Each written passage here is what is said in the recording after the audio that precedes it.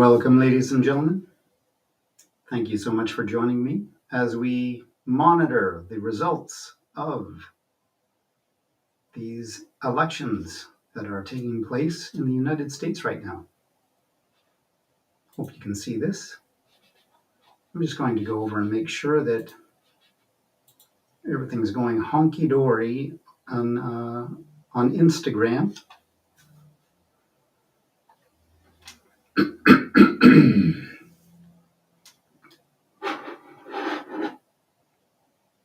All right, so thanks. Andy, welcome. Welcome to you. Welcome. And Michelle, goodness, welcome. Forgive me, I don't know why this window is so small in Instagram. I've been discussing this with my my streaming service. It occurs to me that you can't see me right now. Here I am in this little window. I can make myself a little bigger. We're just monitoring the results of these elections. What do you call these in the States? Gubernatorial. These elections for governors and all kinds of interesting things. Canadians were not so used to this. So, thanks for joining Policy Watch. I'm going to take a drink here.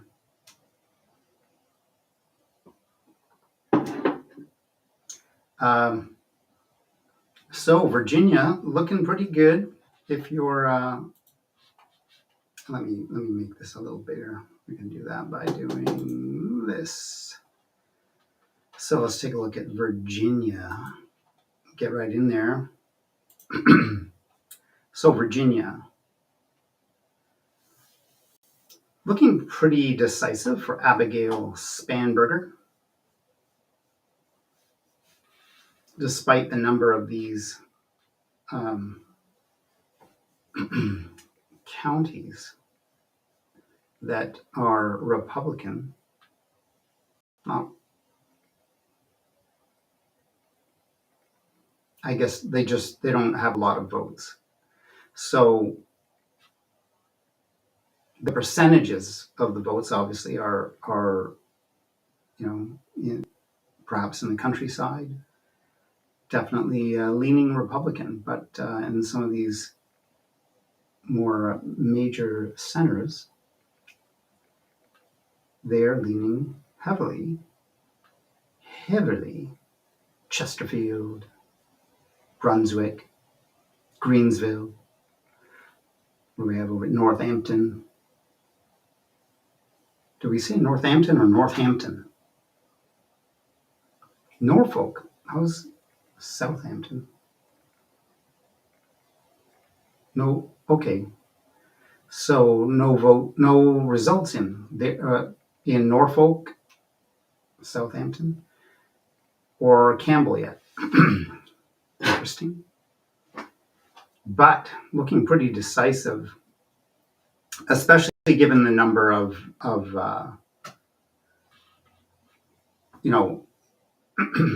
counties that have reported.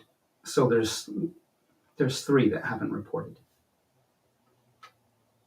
So I guess that's done. I guess that one's done. Well, that's how I see it.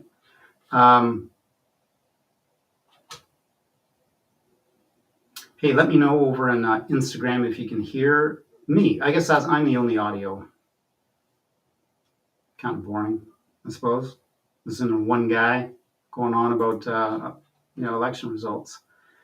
All right, so Virginia governor, that to my mind looks settled, and I believe Alan Lightman. I was watching his live stream. Great guy. Give him a follow. Check over here on Restream. Check in the chat here. Welcome to any folks who are watching from YouTube or Twitch or Substack. Forgive me, but I can't really follow things on Substack.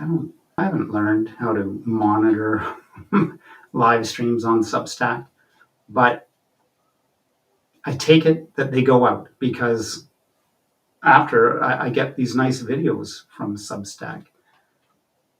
It even uses AI and it goes through them and it picks out highlights and edits cool little videos from them. So I guess it's going out, but I don't know how to see comments or anything from Substack. So forgive me if you're watching from Substack. I can see comments from YouTube. Anyways, back at it. So Virginia looking settled. Abigail Spanberger, Democratic candidate for governor. Looks like Abigail's going to win that. Mikey Sherrill, New Jersey governor from Jersey. Looking pretty decisive, but we do have, look, 1, 2, 3, 4, 5 counties yet to report in. And we had 4 people running for governor there. Looks like Joanne Kunlansky and Vic Kaplan have a lot of friends and family, but only mustering, 0.3% and 0.2% of the vote, respectively. So all the votes going to the Democratic candidate and the Republican candidate, but I'm going to call it here on Policy Watch. I'm going to call it for Mikey Sherrill. Well done to you, good sir. Let's take a look at. Now this is of course going to be the talk of the town when these results start to come in. I don't really know why they're not coming in. But of course, anyways, ladies and gentlemen, everybody's been following this election campaign. Zoran Mamdani, Democratic candidate for mayor for New York City. This is a big one. Now, Zoran Mamdani is Muslim, and so that's where all the noise, the rhetoric, the propaganda, and all this stuff surrounds. It's maybe not all of it. I should say a lot of it is also swirling around accusations that he's a radical left-wing lunatic, and of course even the term socialist in the United States is like a 4-letter word. But some accuse him of being a radical Marxist and all that kind of stuff. Who would have thought that things like affordable public transit and rent control could get you labeled as a radical Marxist. Radical Marxist.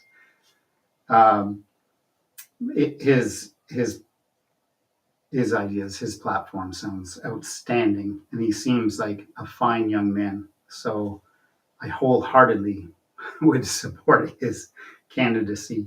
I'm just watching from up here in Canada, so what does it matter? But I think he's a great guy. Fully support his platform and his ideas. Now it'll be exciting when those results start to come in.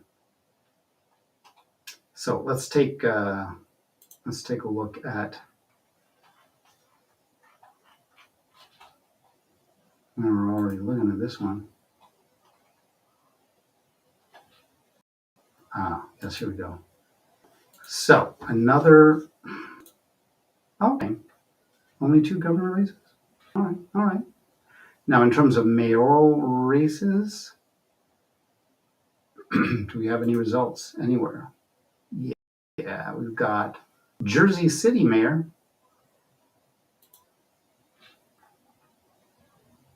Wait a minute. Oh, okay. These are all on one page. So the mayor of Cincinnati is totally nonpartisan,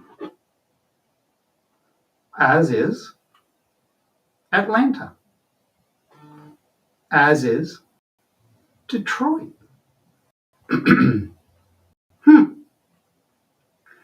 But no, you know what? Same with Jersey City. I thought it was partisan at a glance, but it's not. But we've got Pittsburgh. Not sure how to call it, ladies and gentlemen. Not sure. I don't know. It's a toss-up. We've got Corey O'Connor, Democratic candidate, with 91.5% of the vote. Oh my goodness. My goodness. Corey O'Connor. Gotta learn how to do this with one hand. That's well done. Well done, good sir. Well done. Tony Morano. Yeah, Tony Morano. He's got a lot of friends and family. That's what I'd say about Tony Morano. 2,322 votes. 8.5% of the vote. We've got the mayor of Buffalo contest going on tonight. No votes in yet. So that'll be interesting to see. And also Minneapolis, which is another partisan.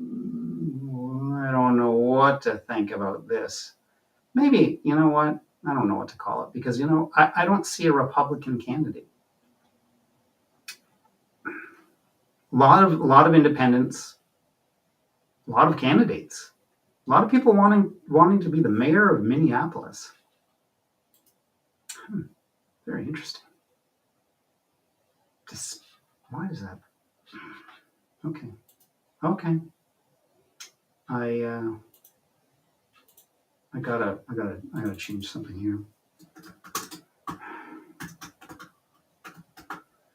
Just learning. Every day I learn a little bit more about how to run live streams.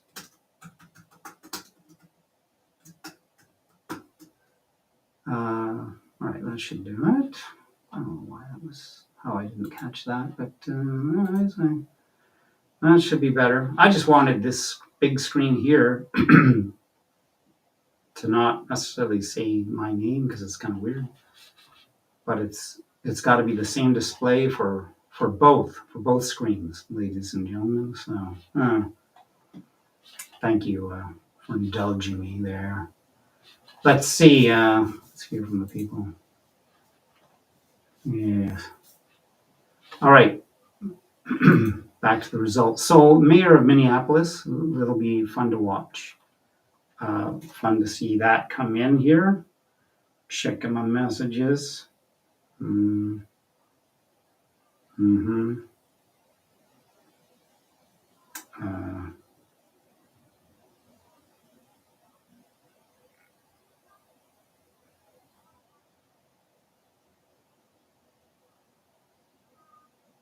All right. Sorry, forgive me. Texting during a live stream.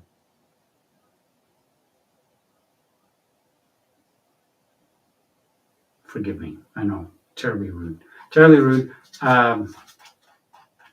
Okay, so that's the mayoral contest being waged this evening. And in terms of, we've got some ballot measures, but let's take a look at the other races that are going on right now. So we've got Pennsylvania Supreme Court election. Should Justice Doherty retain seat? So you can see here, like these are questions. So they're nonpartisan. It's like it's yes or no. Is yes Republican and no is Democratic. So Supreme Court 1. Justice Doherty. Supreme Court 2, should Justice Donahue retain the seat? And Supreme Court 3, Justice Wet. Retain seat. Everybody's saying yes. Let's dive into this a little bit more.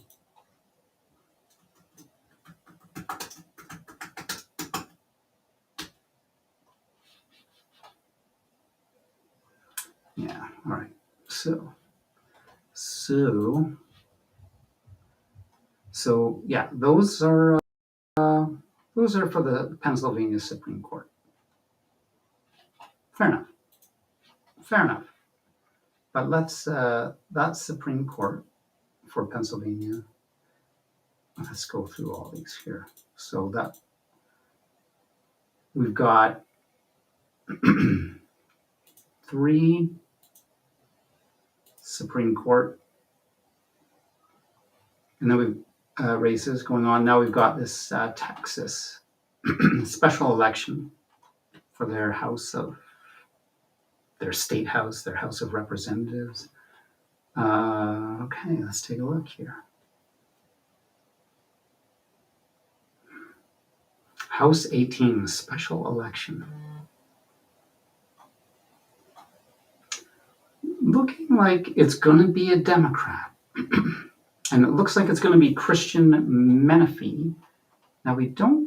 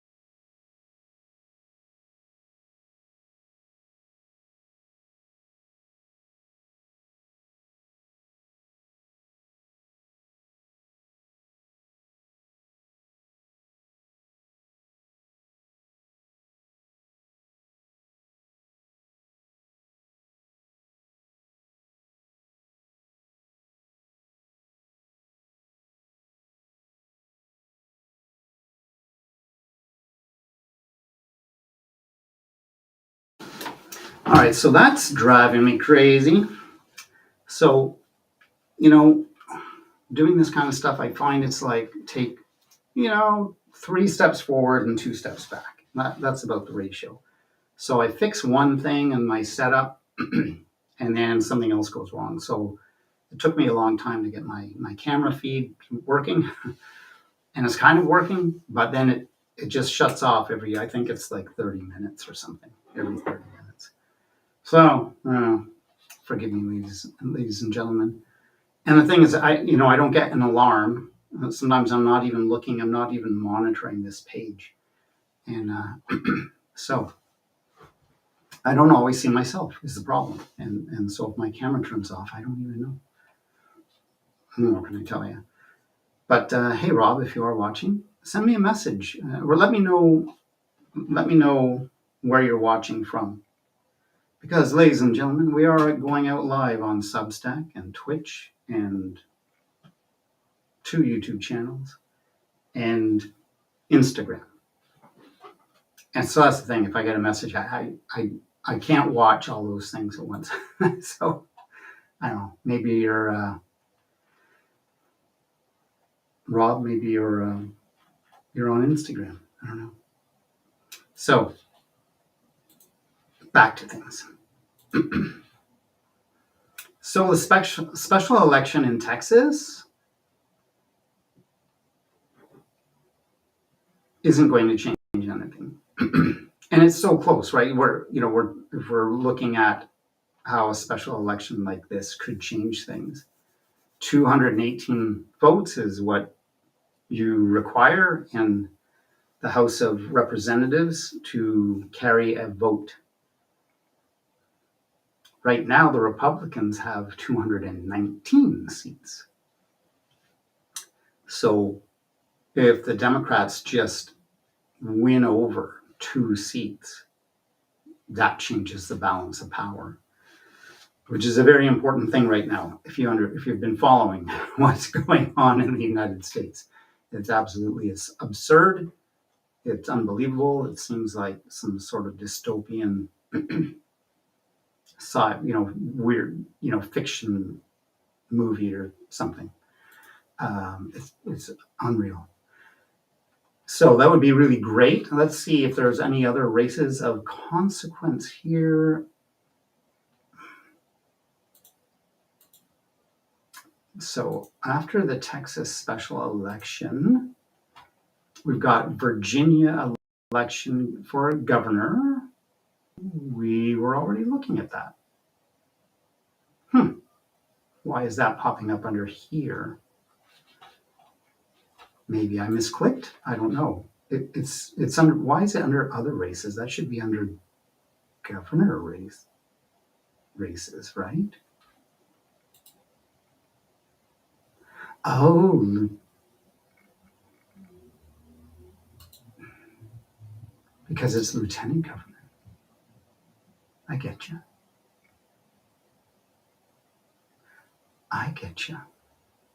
Okay. Forgive me, ladies and gentlemen. Just catching up. Just catching up to what's going on here. So this is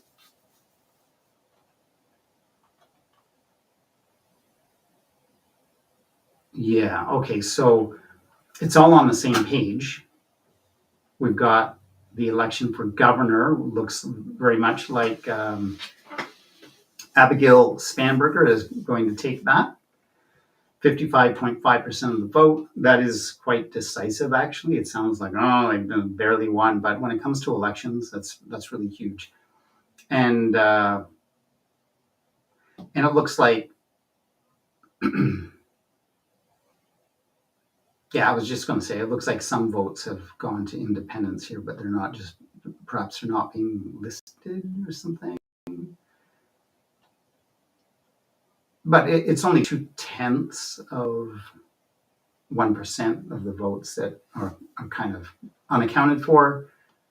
So anyways, this is a very decisive vote. And those counties that hadn't reported in for a while, they're reporting in now, and they're leaning Democratic. So anyways, we talked about that, but we also have Attorney General here.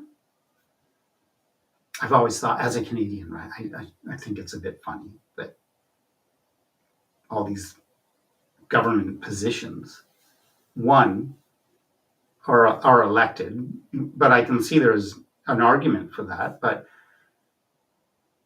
But two, that you have to be associated with a political party, like to be an attorney general. Does that seem a bit odd to you? Does it seem like there could be conflicts of interest, right? Consider what's going on right now in the United States of America. Having judges and attorney generals and so on associated with a political party, I don't get it. I don't see why anyone ever thought that would be a good idea. So hey, let me know in the comments if you, if you have any thoughts on that. Let me know. Let me know in the comments because I just think it's crazy. It's just weird. Like, what's next?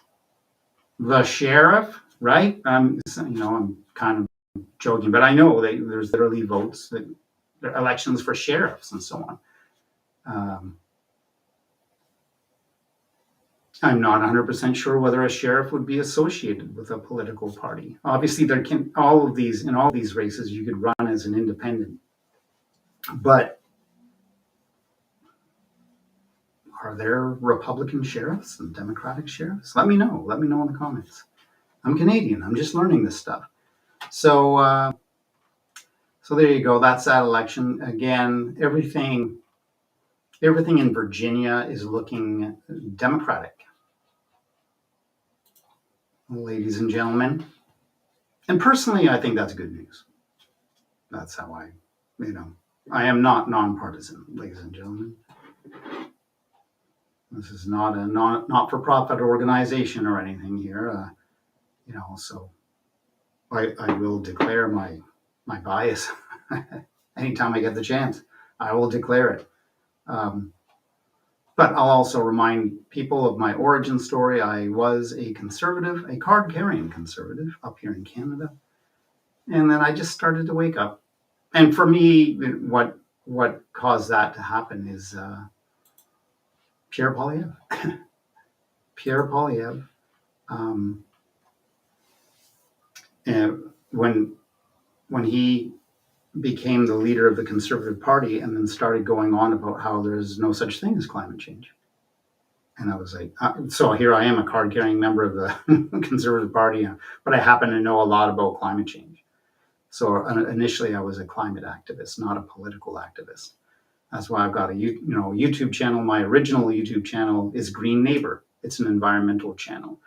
And then as time went on and I saw all of a sudden these politicians like Pierre Poilievre up here in Canada and Donald Trump down in the States are all going on about, drill baby drill. There's no such thing as climate change, anthropogenic climate change. And well, that just dragged me into politics, political discourse, not running for politics. But writing, researching, and commenting on political issues. Hence, now the sub-channel Green Neighbor Policy Watch. That's all about politics. And that's why we're here tonight, watching these races. So, again, I think it's great that we're seeing so much success for the Democrats tonight.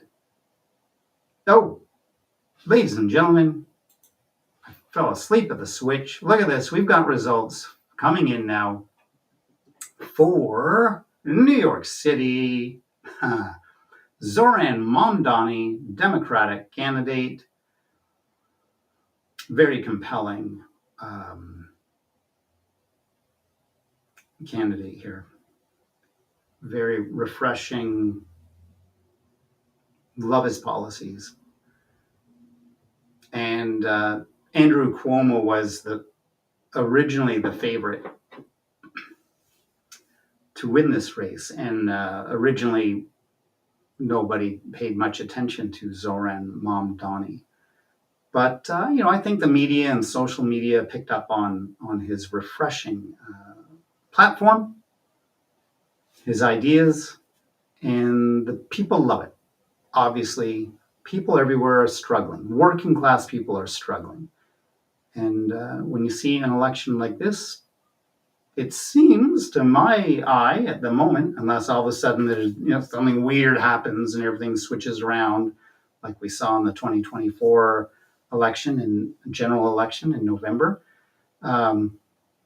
If some algorithm doesn't kick in and start switching votes around here, it looks like Zoran Mamdani is going to win, and rightly so. This is very exciting. This is good.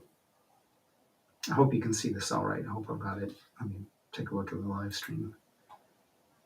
Yeah, so I can even make this a little bigger for you. Get myself out of the way. And what if I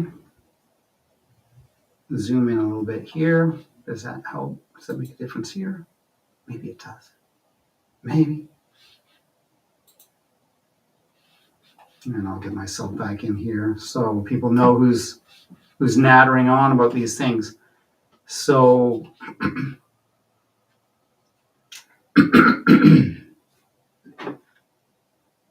cheers to you, ladies and gentlemen. You can buy these mugs in the Policy Watch merch shop. Click on the links in they're everywhere, on my link tree and stuff.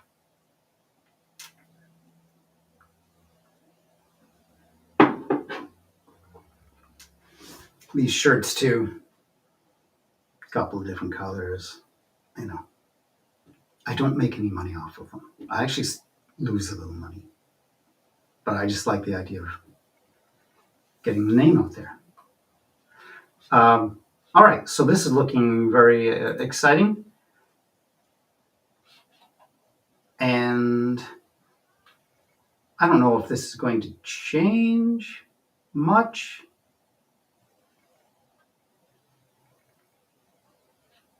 Maybe it's just kind of an all or nothing thing. They just wait till everybody's voted and then report it all at once. I don't know. Let's see if we can. You know what I'm going to do? I'm going to take a screenshot. A little screenshot of this. And then I will compare the numbers.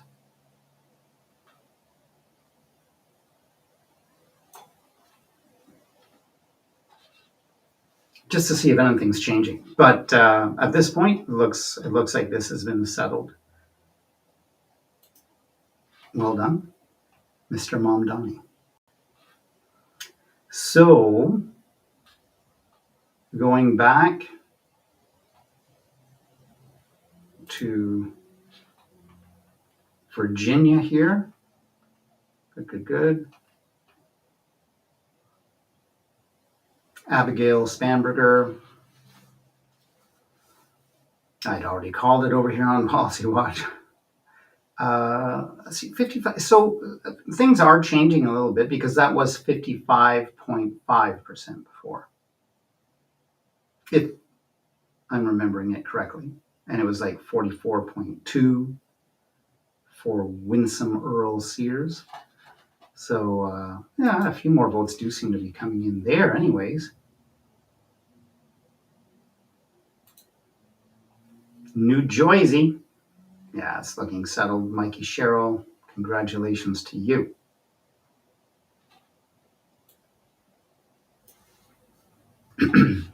Let's get a sense of Mikey Sherrill. Yes. So it's a good thing I didn't say good sir, because Mikey Sherrill, maybe it's Mickey, but is a female, a lady, and that's been declared. That race has been called. So she has won. Mickey? Let's see. Very quickly, ladies and gentlemen, can we see? Pronounce. Let's find out. Mikey. That's Mikey. It's Mikey, ladies and gentlemen. Mikey. Let's see here. Very quickly, I'll show you. I'll show you Mikey. And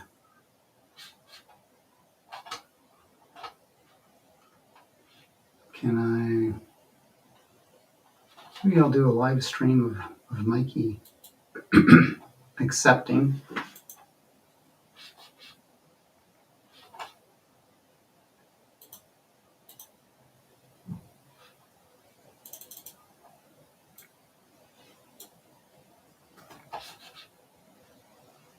Well, you know what? If I'm going to do that, maybe I should get with the major program. I wonder if Zoran Mamdani is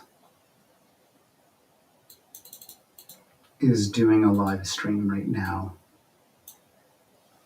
Has this been called? Let's see. I'm having a hard time copying and pasting this name.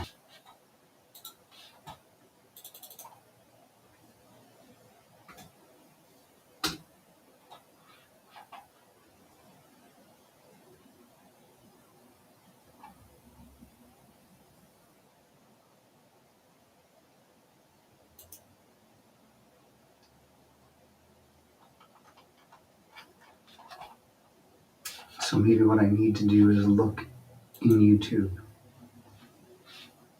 Forgive me, ladies and gentlemen. Here we go. Let me see if I can share with you any live streams for. Yeah, here's the party.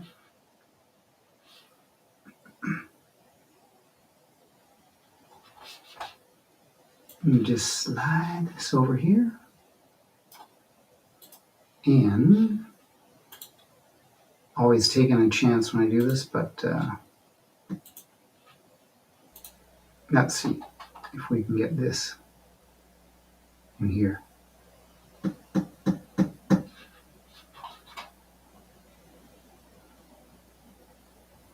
Try this again. We want that sound. Screen.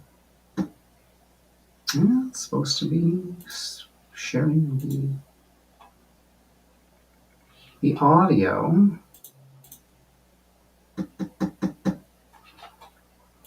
Do I need to change things in my computer settings? Maybe.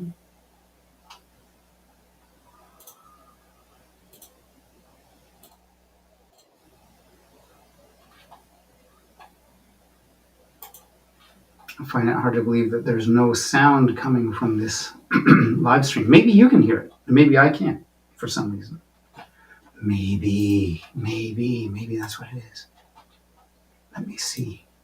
Yeah, there we are. It's me. Right? No?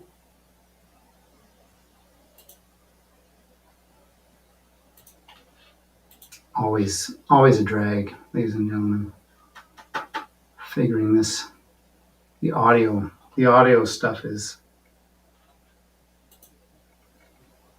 does not seem to be something you can just set up once and then get away with. Okay.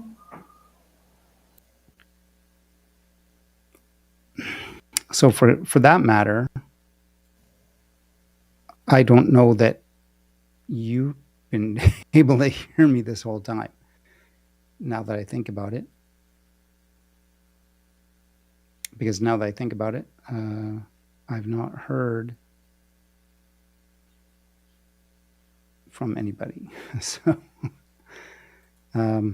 maybe I've been muted this whole time. Nonetheless, this is still not playing.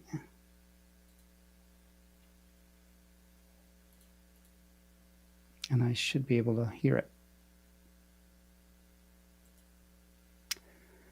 The lesson to be learned, ladies and gentlemen, is to do a tech check before going live. But I had just gone live and everything was working, so I assumed that it would still work. So why can I not hear this? And again, maybe you can, and for whatever reason, I can't. There's like 15 different places where you have to like check the audio. And again, is this because I'm doing high definition? Attempting to do high definition?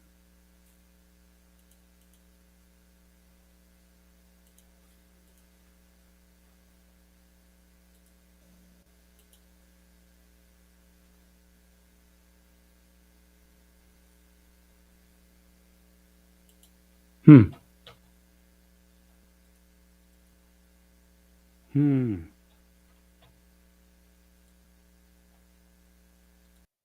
We've got the audio on here. Let's see if I were to turn on my speakers. Would it come out the speakers?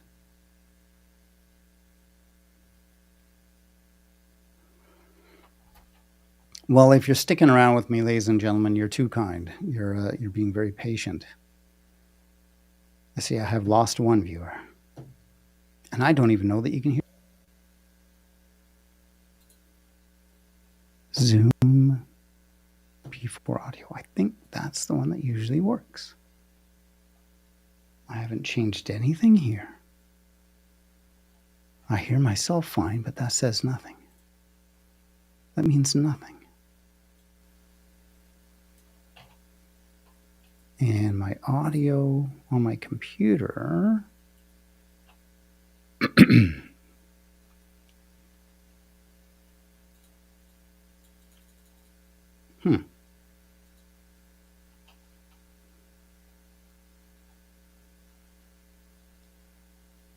Okay, so if I turn this on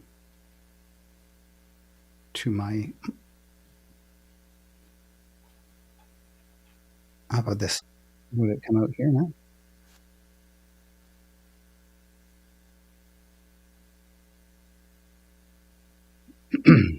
Maybe I'm panicking because there's just no audio coming out of this, what I happen to be watching. Let's do a check.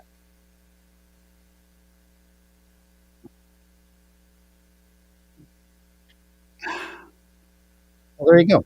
I was panicking. Or was I? Okay, so I know there's audio coming out of this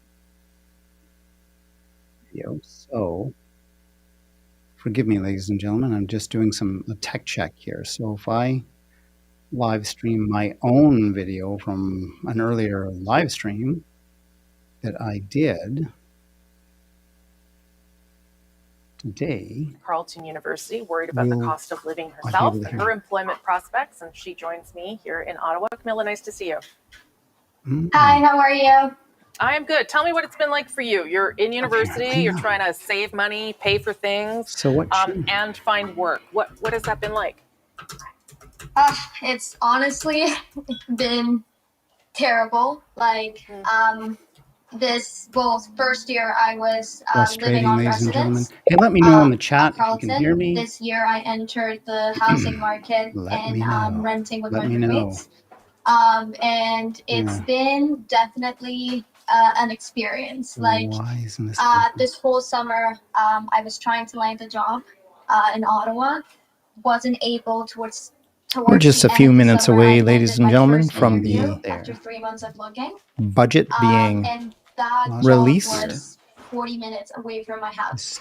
And as soon as I started school, it was so hard to manage school and work, but at the same time, I was dealing with having to pay $1,000 a month for rent, which is something that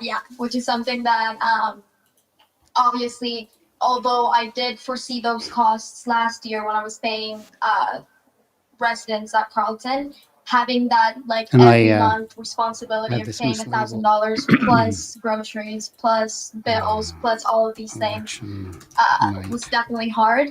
And having to manage school at the same time, it was way harder. It was either I worked and was able to hardly even afford to pay my rent and my groceries and all these responsibilities, or having to go to school and having to sacrifice, that academic performance and all of that. Yeah. So now I'm taking. So what are you doing? How are you making it work? Well, right now I had to go down in my course load, which is obviously making me fall behind overall. Okay, but so got it's that working, just impossible. Therefore, to be able to work and also do a 5-course load or full course load. So right now I'm doing a 3-course load, and I'm still at my work. Zoran Momdani. It's what I'm making with my $17.50, $18 So if that can work, surely this audio can work.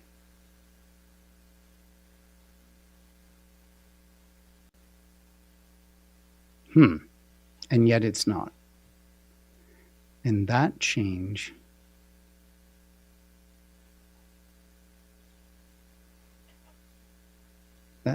happened when I changed things on my computer.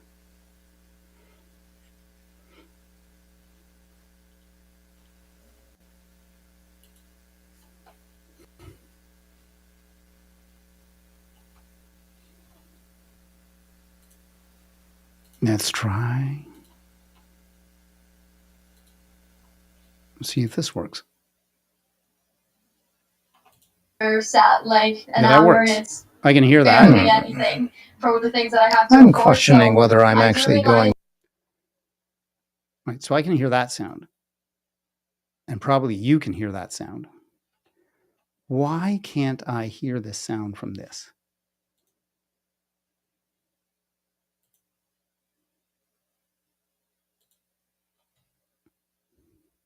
I'll have the volume up here.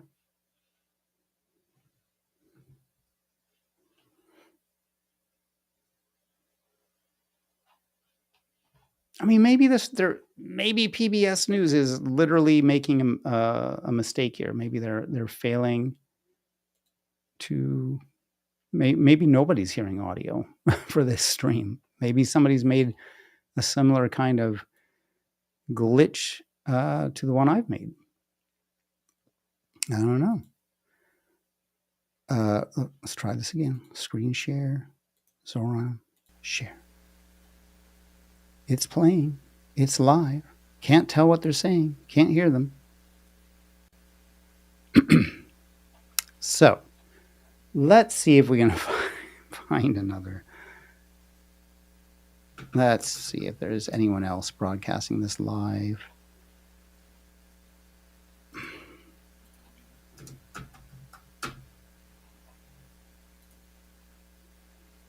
I'm Sora. Okay, well, the we're getting new AI sound in here. town. We're not afraid. Artlist got them all. Sora 2 is now on Artlist. You now have the Now- most advanced. New York City we know. Yeah, That's know. the one that is still possible. You haven't given up on it, and you But- deserve a mayor with the experience and yeah. ideas Okay, to so make this it isn't. happen again. Sorry, this isn't live. I don't think. We want live. We want live. A live stream.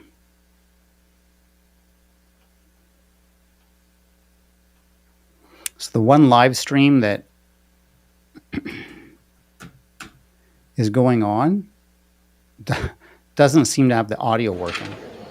Oh. Is this live? I thought there weren't supposed to be cameras in polling stations. Let me show you what I'm looking at, ladies and gentlemen, in case you're wondering, which any reasonable person would be. Let's try this.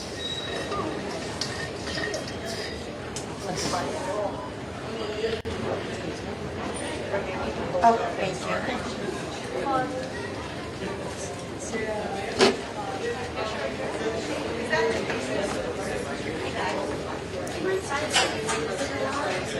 So, are you watching what I'm watching? All right.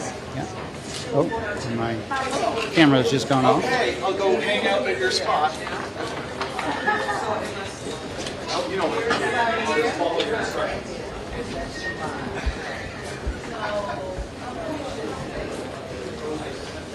So, oh goodness. Now I'm in trouble with my camera.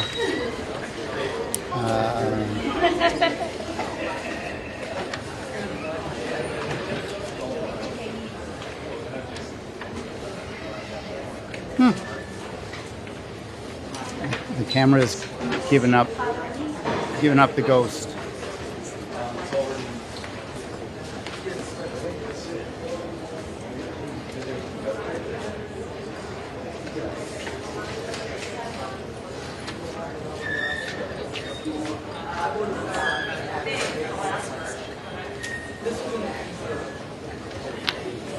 amplifiers. Is the problem here that he's just gone? They're too big. Happy.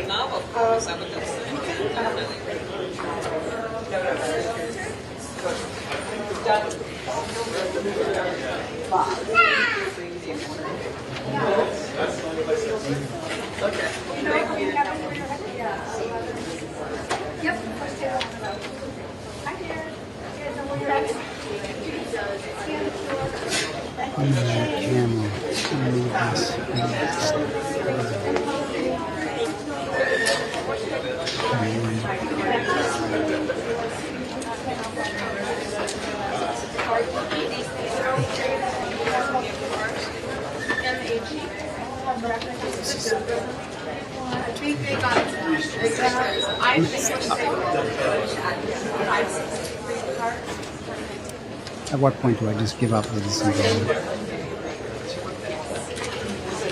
You'll try to set things up ahead of time.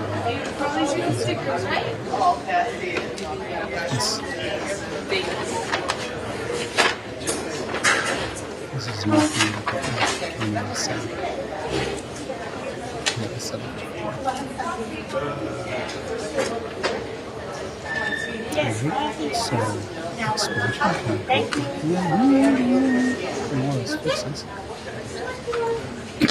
something went crazy with my camera. Who knows where the sound is at now, ladies and gentlemen. So this is not a very exciting live stream. Still would love to get this other one here. You know what? Maybe they just haven't started broadcasting sound. I don't know. That's weird. I don't know why that would be the case. Let's see if we can drop in to Zoran Mamdani's election party. Election night watch party. Okay, so it's an election night watch party, but they don't seem to have any audio coming in. Good morning. Let's switch this over. Let's see what happens.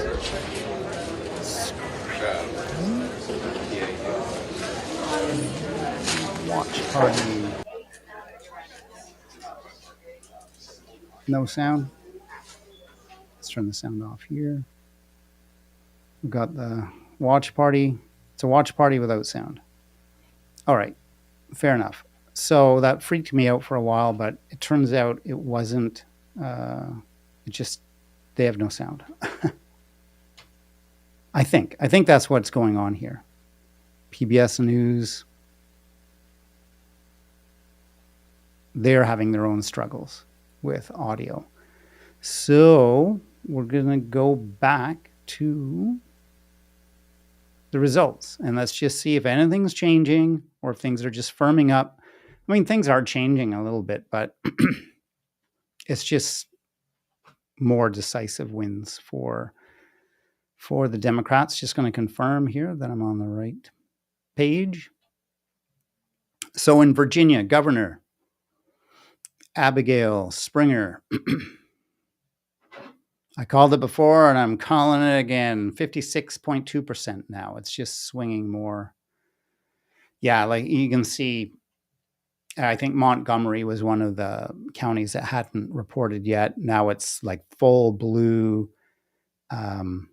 Nelson and Prince Edward and Surrey, Chesapeake, Virginia Beach, Spotsylvania.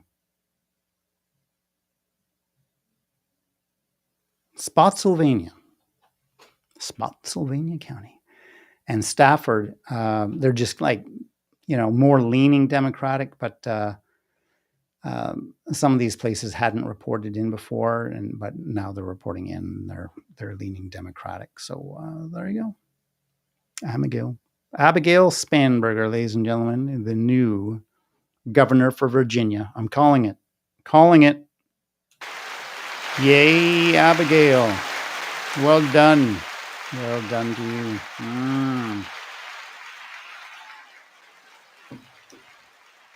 Abigail. Nicely done, Abigail Spanberger. Congratulations to you. Attorney General, it's closer, but still looks like at this point,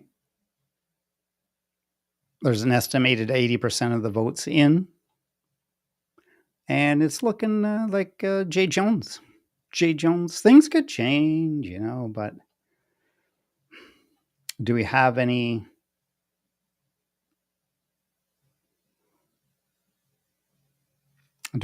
counties that haven't reported in? No.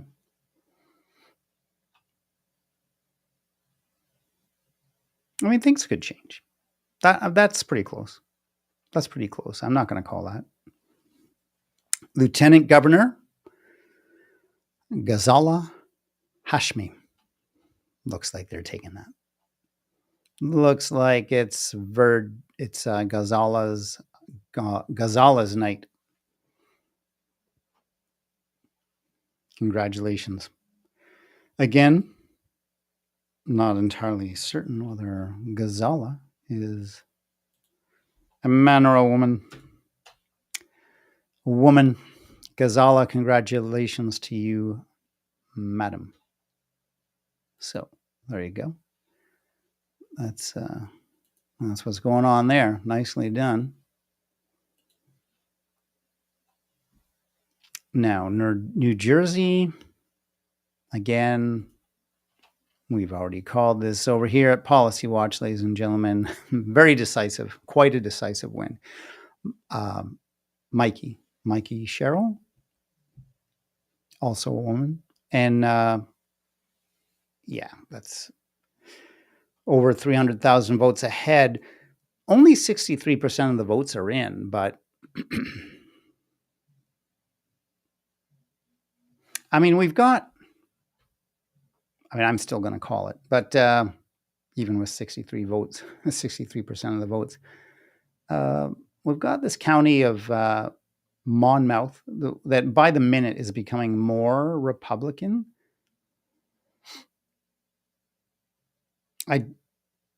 But it's got 90% of its votes are in. We've got this other county, Hunterdon. I'm going to check to see if you can see all this. Yeah, you can see all this. Hunterdon. Where was that? Hunterdon. Oh, I see. There's a little line there. That's what it is. There's Warren and Hunterdon. But Hunterdon has 93% of the votes are in. Okay, Warren only 39% of the votes are in, and it's leaning Republican. So, I don't know how. I'm just not sure. Well, I guess we could we could calculate this. So about 20,000 votes represent 39% of the votes.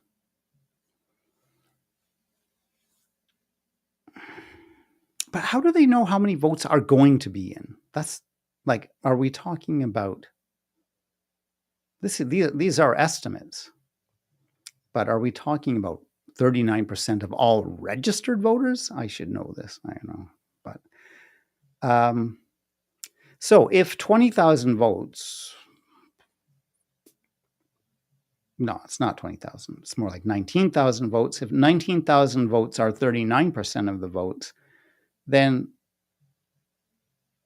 we still have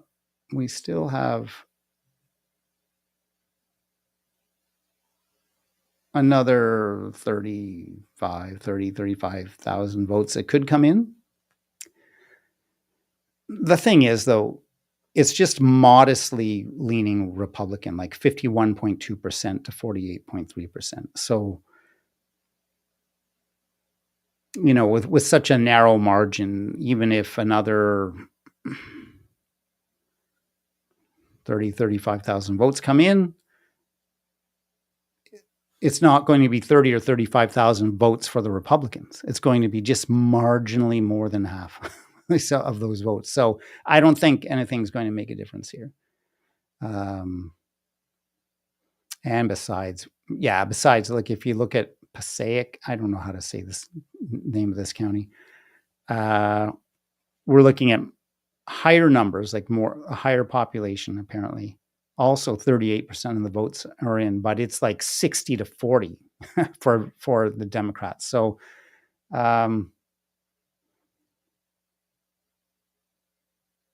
we've got another county here, Salem County, and it's more aggressively Republican, but small population. Only 24% of the votes are in. But it's a small population because Jack Ciattarelli is leading, but is leading with 33,000 votes compared to 3,300 votes compared to 2,500 votes. So the numbers aren't there. The numbers are in Cape May, but 81% of those votes are already in.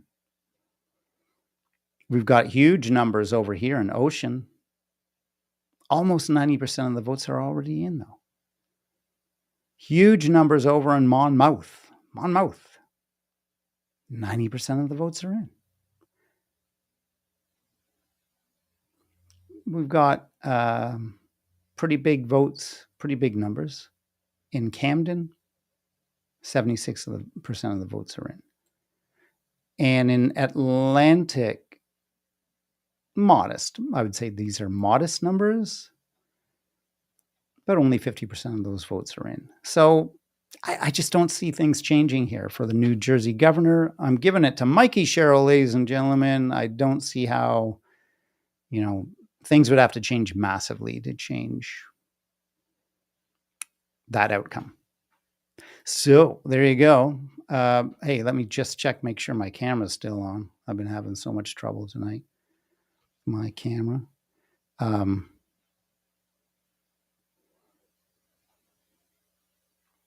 Is that a little bright? Maybe it's a little bright. Turn it down a little bit. Take the edge off. Taking the edge off. Oh, now we're starting to lose the background. All right. Leaving it there, ladies and gentlemen. So, Virginia governor, Democratic, Abigail Spanberger. New Jersey governor, Democratic, Mikey Sherrill. Mayoral race, now we're looking at 60% of the votes are in. But the thing is, do we have a map here that we can look at?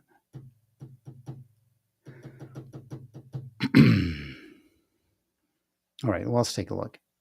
We do have a map. So in Staten Island, leaning heavily Andrew Cuomo. And even Curtis Sliwa, not really sure how to say that name.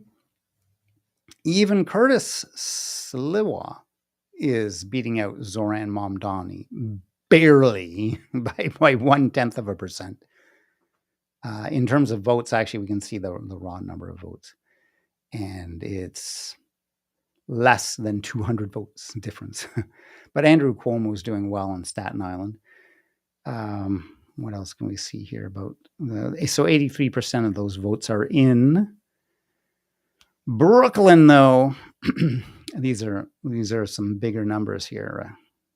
Brooklyn, we've got almost we're marching towards 250,000 votes for Zoran Mamdani, and only 53% of those votes are in. So we can expect big numbers from Brooklyn, and they're leaning heavily towards Zoran Mamdani. So that's causing me to lean towards calling it for Mr. Mamdani.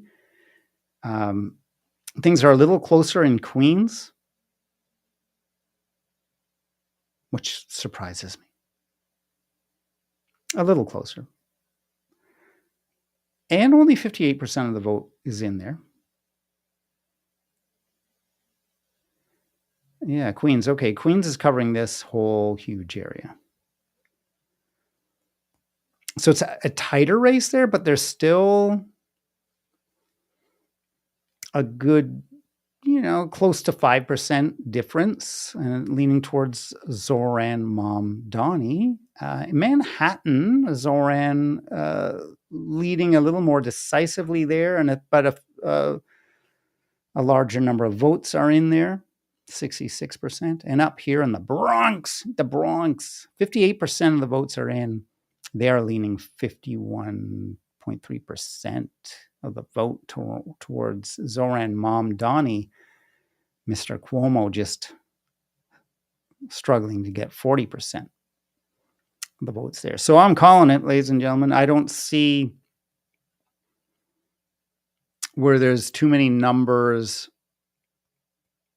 that could be hidden, waiting to pop out for Andrew Cuomo.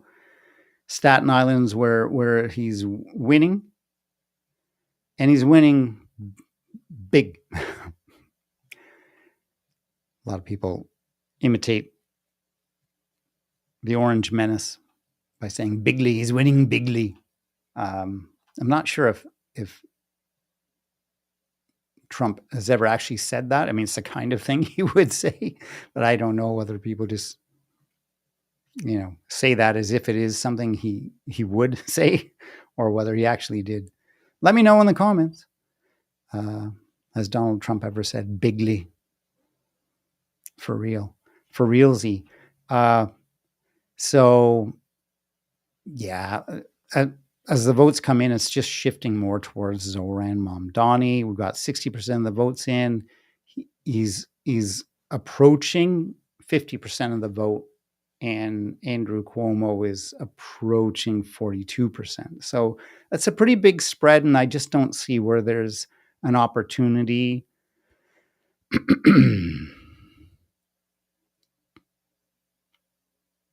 an opportunity for Andrew Cuomo to gather up enough votes.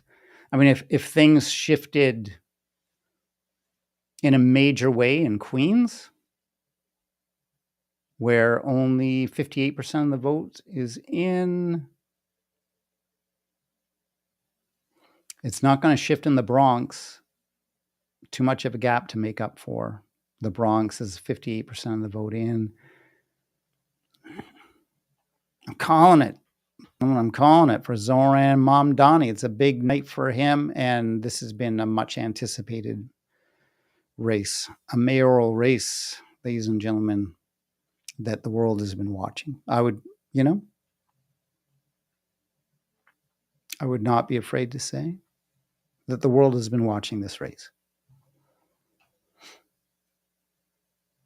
I'm not saying literally everybody in the world is watching this race right now. I'm just saying if you mentioned the name Zoran Mamdani in India, in the United Kingdom, in Europe, in Russia,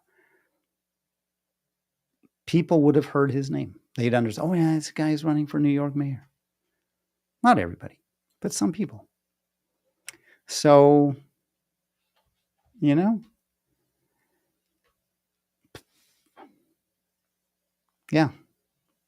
I keep getting these messages from Streambo. It looks like this. Cheap viewers, streamboo.com. Remove the space. I guess that's a trick. I wonder if that's what people do. Do people buy viewers to watch their live streams? Oh, that's interesting, though. That's cool. So this message is coming from Twitch, which confirms for me, ladies and gentlemen, that my live stream is indeed going out over Twitch.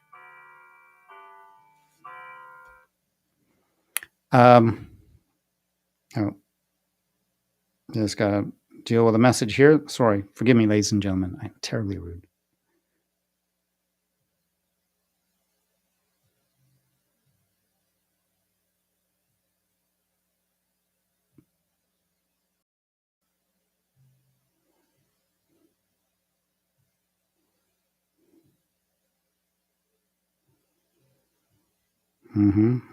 I'll be right with you, ladies and gentlemen. Sorry.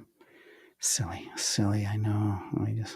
What can I tell you? I implore you, ladies and gentlemen, don't be as rude as I am. And don't buy viewers from Streamboo. I don't know what that would do. What does that do?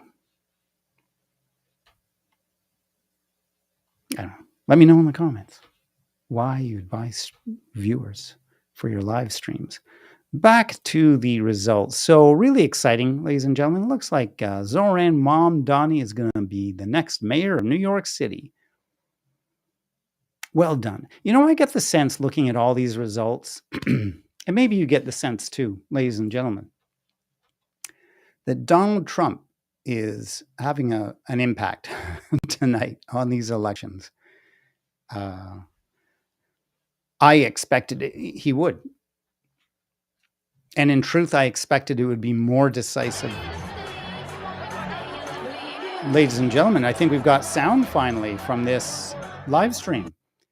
Oh, so you know what? It is them. It's them, ladies. It's not me. Ladies and gentlemen, it's them, not me. I was so worried that my sound wasn't working, but it's their sound. I mean, for all I know, my sound wasn't working. But their sound has been glitching quite has been off. But then it just kind of, you couldn't hear it, I don't think. But I could hear it just briefly. Maybe you could hear it. But I could hear it very, very briefly. So I think maybe they're getting ready for Zohran Mamdani maybe to come on up and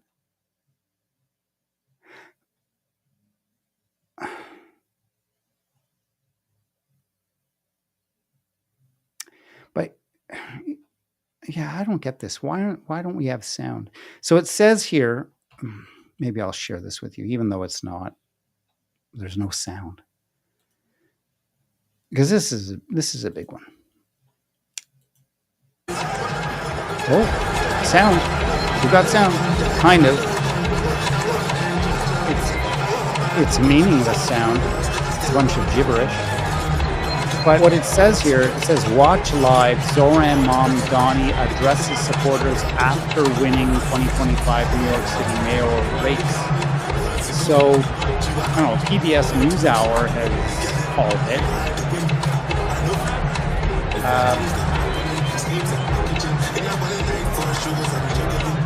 Give this a thumbs up. I'm not sure, ladies and gentlemen.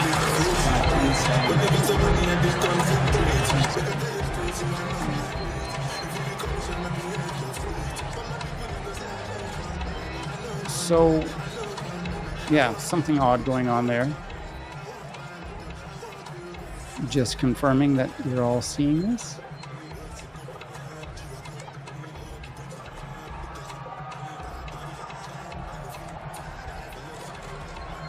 Turn that full screen. So,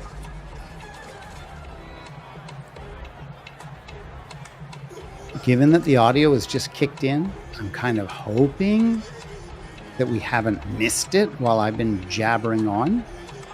All these people kind of look like they're waiting. Maybe I'm wrong.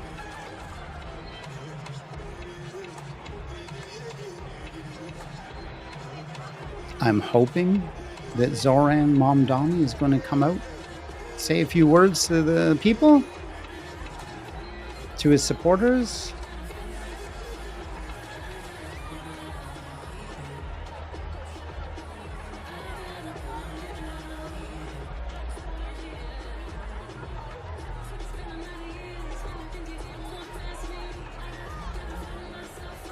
So, maybe I'll turn the sound down and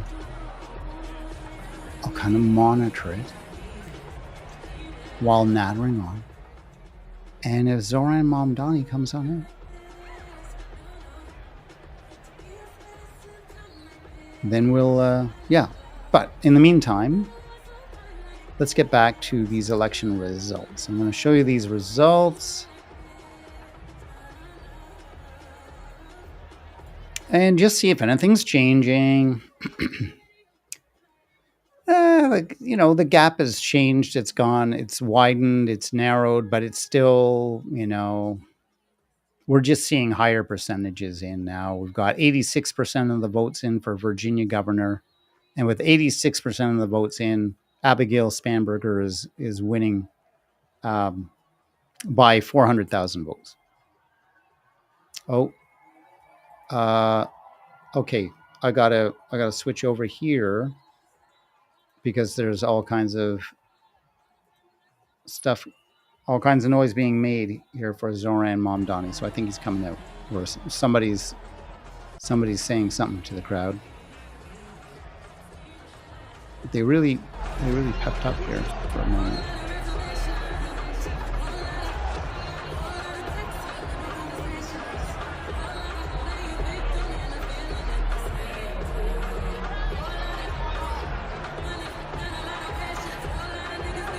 I don't know. I switched back because I heard all this noise.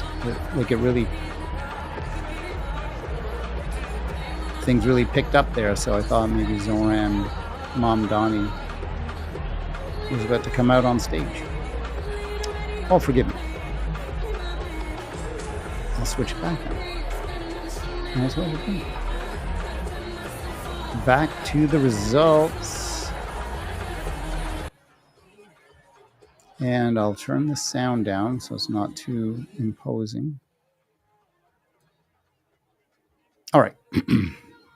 So, looking at the results, things aren't changing, and we're just, we're just getting more and more votes in, and things aren't changing. So it seems quite certain at this point, ladies and gentlemen, that Virginia governor is going to be Abigail Spanberger, Democratic governor.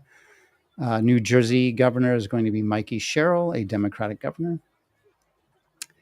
Zoran Mamdani is going to be the mayor of New York City. We've got 86% of the votes are in now. So that's not going to change.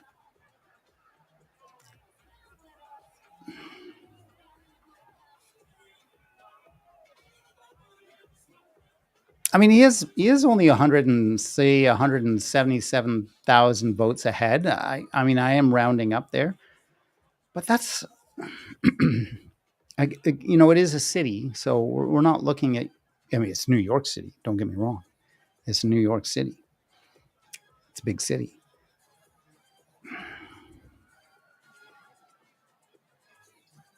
He's surely going to get 1 million votes. But at the end of the night, that might be just 200,000 votes ahead, or less than that, ahead of Andrew Cuomo. So, nonetheless, I don't see how that could change. We could look at the map and see if there's room for any. There weren't before. Mamdani's winning in Queens pretty decisively.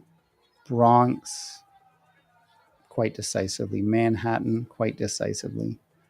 Brooklyn, crazy win for Mamdani. Let's see if we can. And 84% of the votes are cast in there. So, hey, Cuomo's doing well on Staten Island. What Staten Island, ladies and gentlemen? What's going on there? They love their independence. We can't necessarily, I don't know what's the difference, because they didn't vote for the Republican, not much. Like Zoran Mamdani is beating out the Republican on Staten Island. They just love Andrew Cuomo. They love Andrew Cuomo on Staten Island, but that's not enough. So, yeah, Andrew Cuomo at this point with the votes that are in. There's no way he's making that up. Zoran Mamdani. Apparently it's been called. It's been called, and rightly so. So, of the two governor races, they are both going to Democrats. Of the mayoral races, many of these races are nonpartisan. Let's go through all of them. Atlanta Mayor Andre Dickens. Congratulations to you. This is nonpartisan. So, Buffalo, heavily Democratic. Sean Ryan is going to be the mayor there. Well, what percentage of the votes are we talking about here?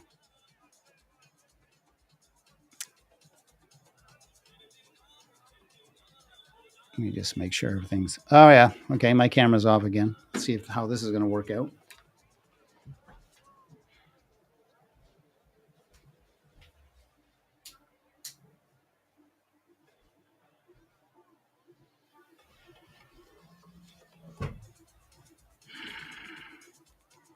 Such a drag. All right. Cincinnati is nonpartisan. Good thing I came back to double check. Atlanta is nonpartisan. Detroit, nonpartisan. Jersey City, James Solomon, also nonpartisan. Pittsburgh is partisan. And Corey O'Connor, Democratic, running away with that. 84% of the votes are in. This is ridiculous. This is a big win. Like I said, okay, so maybe Tony Marino. This is more than friends and family voting for him. It's, 8,500 votes. It's pretty, not bad. But that's not going to beat out a guy who's got 55,000 votes. So Pittsburgh, Democratic mayor. Buffalo, Democratic mayor. Heavily. 73.4% of the vote. Okay, so 73.4% of the vote going to Sean Ryan so far, but only 28% of the vote is in. Nonetheless, as a statistical sampling, and 28% of a population is a pretty good statistical sample, it's 73% to 22%. Come on. Sean Ryan's going to be the next mayor of Buffalo. And, Minneapolis. It is... I don't know what to tell you about Minneapolis. Do you call it a partisan race if there's no Republican candidate? I don't know what to make of it. There's 1, 2, 3, 4, 5. There are 5 candidates who are Democratic candidates. I don't understand that at all. I don't know everything about American politics. I thought you could only have one individual representing a political party in an election. So I don't get this. I've never seen anything like that in my life. But in Canada, our mayoral races are nonpartisan. Like you're just a person. You're just a guy or a gal running for mayor. You're not a liberal or a conservative. I mean, we've had situations where someone who, like John Tory, so he ran to be premier, I think. He ran as, I think, the conservative candidate for premier of Ontario. Didn't get that. Then ran for mayor, and he did get that. But anyways, it's still, even though he was a conservative, I hope I'm not getting these things mixed up. It seems like yesterday, but it was a while ago. Again, he's not officially a conservative in the mayoral race. He just might be someone who leans conservative personally, but that's got nothing to do with anything. In Canada, they're just not, mayoral races are not partisan. So of the partisan mayoral races, they're all going to Democrats. Both governors are going to Democrats. Ballot measures are nonpartisan. And when it comes to the other races, so we got Supreme Court seats here. What are those other ones that we were looking at? Oh, yeah. Okay, so I don't know why I can't see them on this page, but so Supreme Court, Pennsylvania Supreme Court. So we've got, if I click on this? All right, so there we go. So we've got a special election in Texas that's going to send another another Congress person, another rep to Congress, to the House of Representatives, and it's going to be, by the look of things, let's see how many. Okay, so we've got 52% of the votes are in here. Anyway, it's going to be a Democrat. We can say that. Again, this is another race where there's 3 Democratic. What the heck is going on there? Even with splitting the vote amongst 3, 4, 5 5, 6, 7 Democratic candidates. Again, which seems bizarre to me, because in Canada here, if you're running for a political party, you don't run against a bunch of other people who are running for the same party. Like that would be insane, because you'd split the vote. That would be the last thing you'd want. Anyways, these guys aren't afraid to do that, and it's still going to go to a Democrat. So, it's not just. I got to turn this volume down here, ladies and gentlemen. I want to keep an ear on it, so that I guess when Zoran Mamdani comes out, we'll be able to hear him. I'm sure these people are not sitting around for nothing. I think they're waiting to hear Zoran Mamdani speak.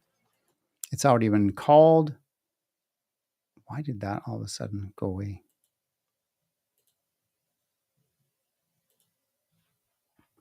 Anyways, like I lost that channel. How did I lose that channel? All right. I misclicked. So, right. So enough of that. This candidate's going to be a Democrat. Even though 52% of the votes are in, it ain't going to be a Republican, right? The leading Republican candidate, Carmen Maria Montiel, has 6.5% of the vote, whereas the leading candidate has 32.4%. So maybe, I don't know, I think this would be wild, but there is only 52% of the votes in, so anything could happen. Maybe Amanda Edwards sneaks up and beats out Christian Menefee, but I doubt it. So that's going to a Democrat. And Virginia Lieutenant Governor is, Governor, Attorney General, Lieutenant Governor. Yeah, 88% of the vote is in there. So that's going to a Democratic candidate. I just realized.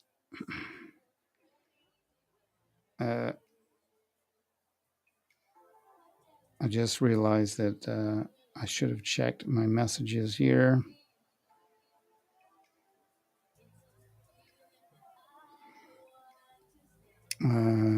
Yeah, no, all right. Fair enough. So Virginia Lieutenant Governor is also going to be Democratic. We've got 88% of the votes in there. They're winning quite decisively by almost 10%. So that, ladies and gentlemen, when it comes to elections, 10% lead is quite decisive. So Attorney General is going likely going missed it, or Attorney General. Attorney General.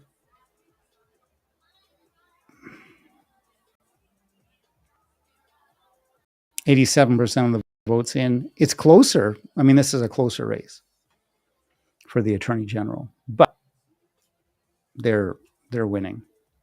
Just hold on, ladies and gentlemen.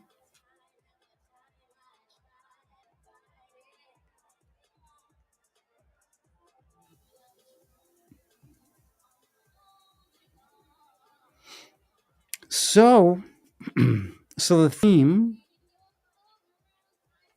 of the night, ladies and gentlemen, is every partisan race, whether it's for a mayor, whether it's for a governor, whether it's for lieutenant governor, whether it's for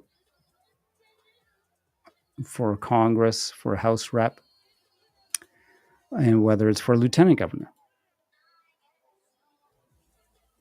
Every single partisan race is going to the Democrats. And this, ladies and gentlemen, is why I say I think Donald Trump has had a major influence on these elections.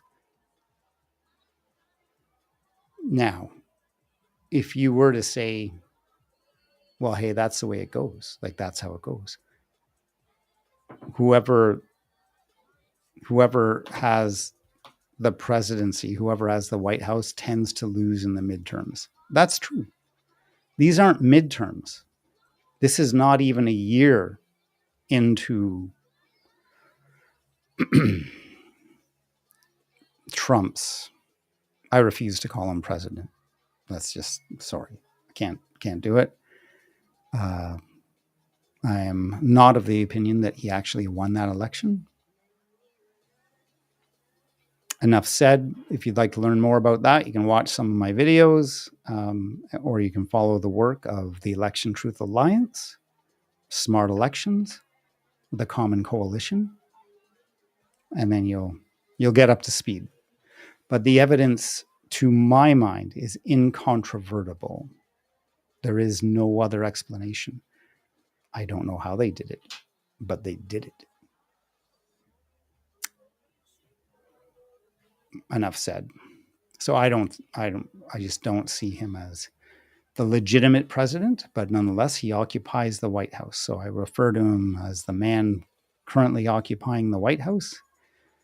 I think he's had a major impact on these elections. Every single partisan election has gone Democratic.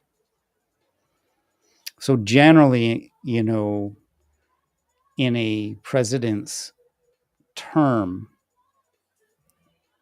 the first year is generally the honeymoon phase. So elections that take place within a year shouldn't be so overwhelmingly, wouldn't that under normal circumstances. But these are not normal circumstances. Like this is a man who's very much trying to be a dictator in every way, ignoring the law, ignoring the Constitution, ignoring the courts, ignoring the rule of law, ignoring habeas corpus.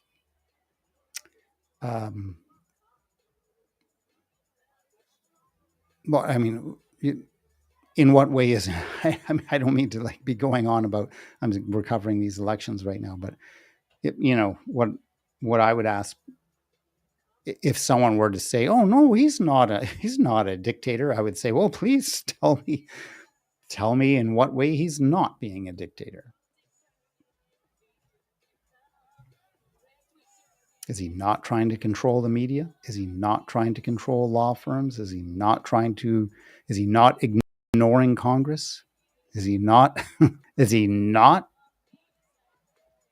autonomously just declaring war on other countries, bombing boats without approval from Congress, which is what the law says? Is he not determining who gets money and who doesn't, when the power of the purse is strictly resides with Congress?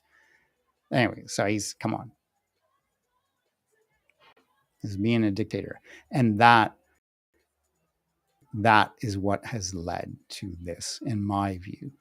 That's my analysis. For what it's worth, every single partisan race has gone Democratic. And while that kind of thing can happen in midterms, and often does, usually does, not within a year, within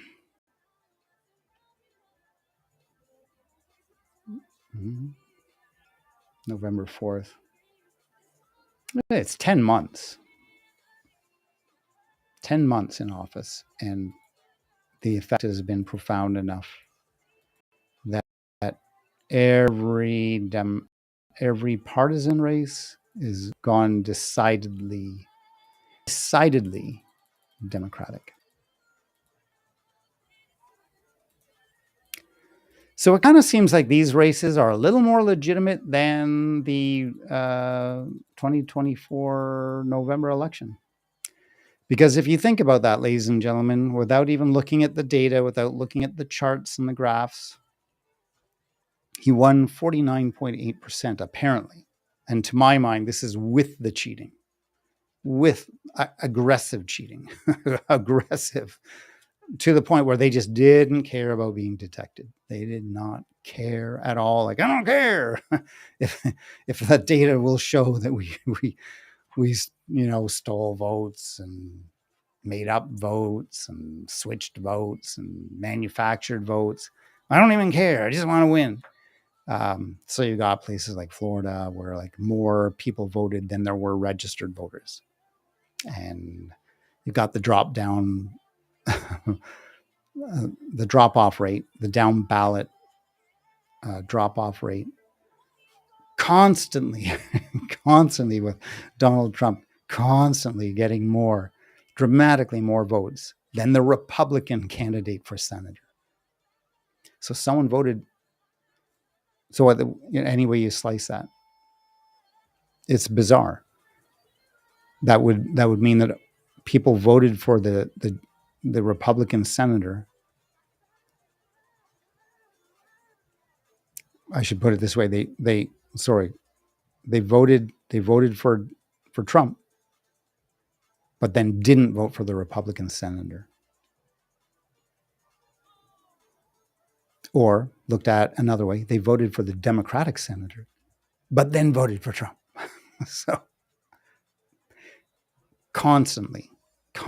So when you look at states like Texas, over 200 counties, I think there are in Texas, every single county. I mean, I think in Texas, there's an exception of like 3 counties or something where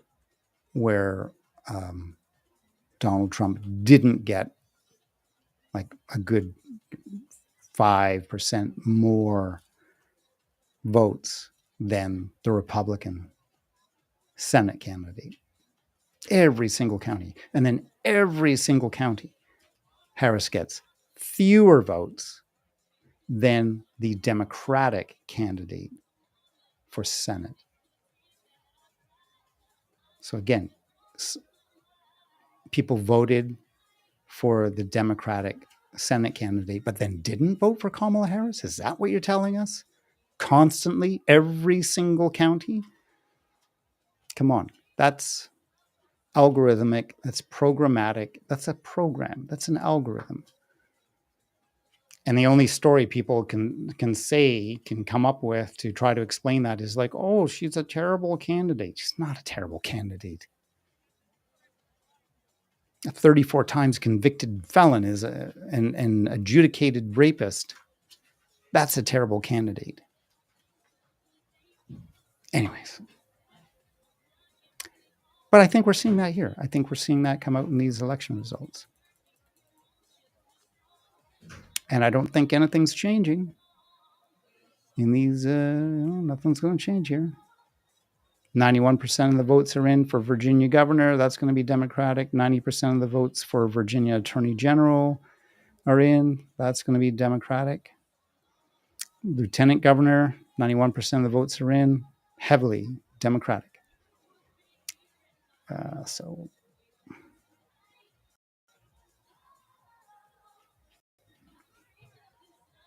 there you go. My camera's still on? All right. Well, ladies and gentlemen, very kind of you to stick with me here.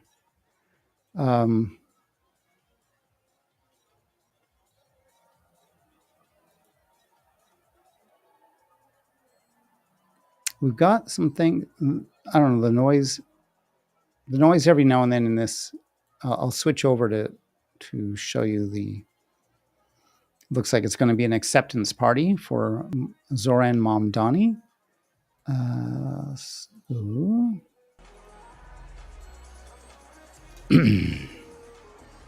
People just still waiting patiently. I hope they're waiting patiently. I hope it's not already happened and then they just left the camera on. Well, they've switched the screen up there, so maybe this is it.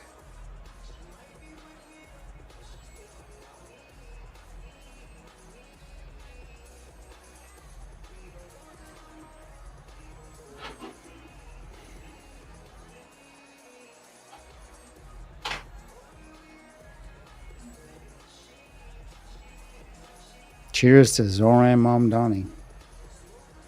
Well done, sir.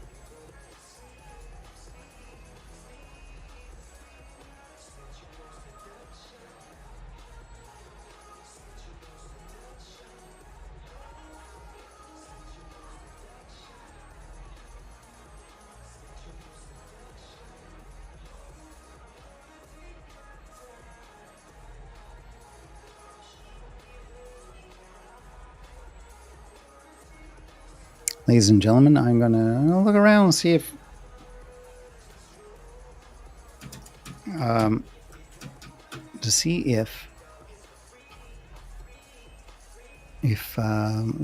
Mamdani is giving some acceptance speech somewhere else or something. So this is live.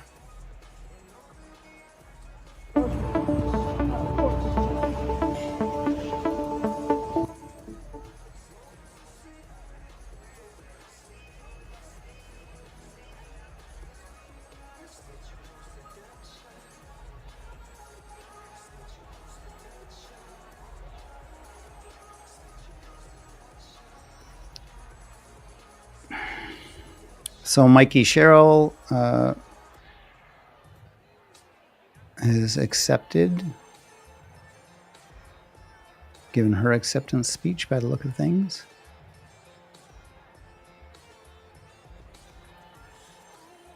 Lots of governors and mayors becoming Democratic tonight.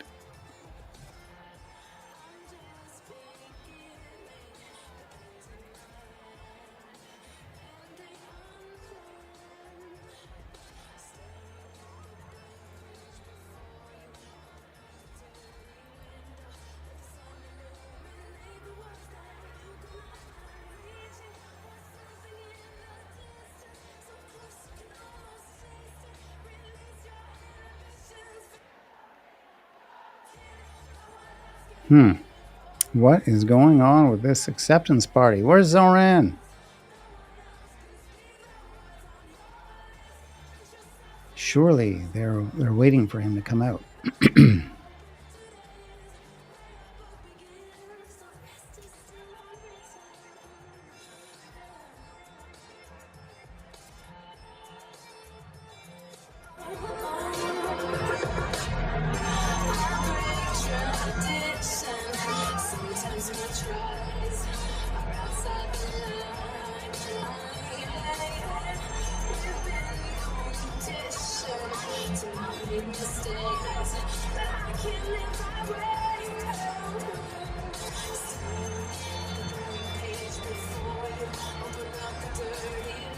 I'll keep looking around, just seeing. This is obviously the acceptance party.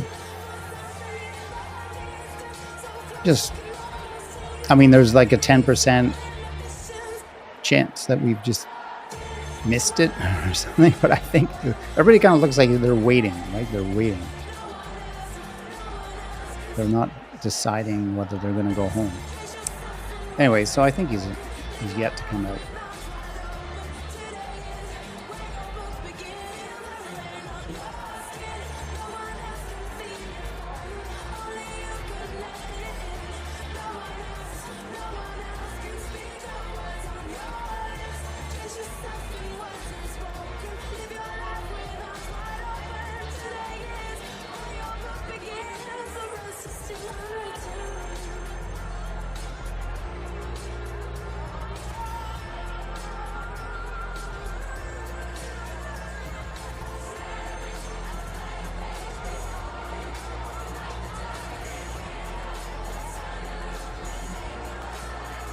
All right, so I've confirmed from the Hill that he has yet to give his speech. And so what the Hill is saying is Zoran Mamdani has won the race for New York City mayor, according to Decision Desk HQ, ushering in a new era of progressive politics in the city and reigniting the debate over the Democratic Party's future. Watch his victory speech live here. And they're showing the same live stream that we're watching, so he's yet to give his victory speech. Not sure what they're waiting for at this point, ladies and gentlemen, because if we jump back to looking at the results here,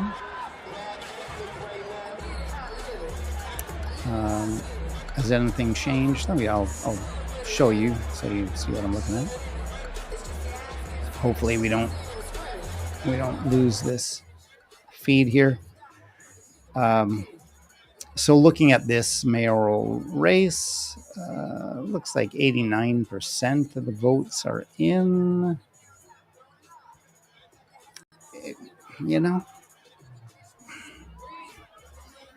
So even if, let's see if we can do an authentic job of doing a rough calculation here.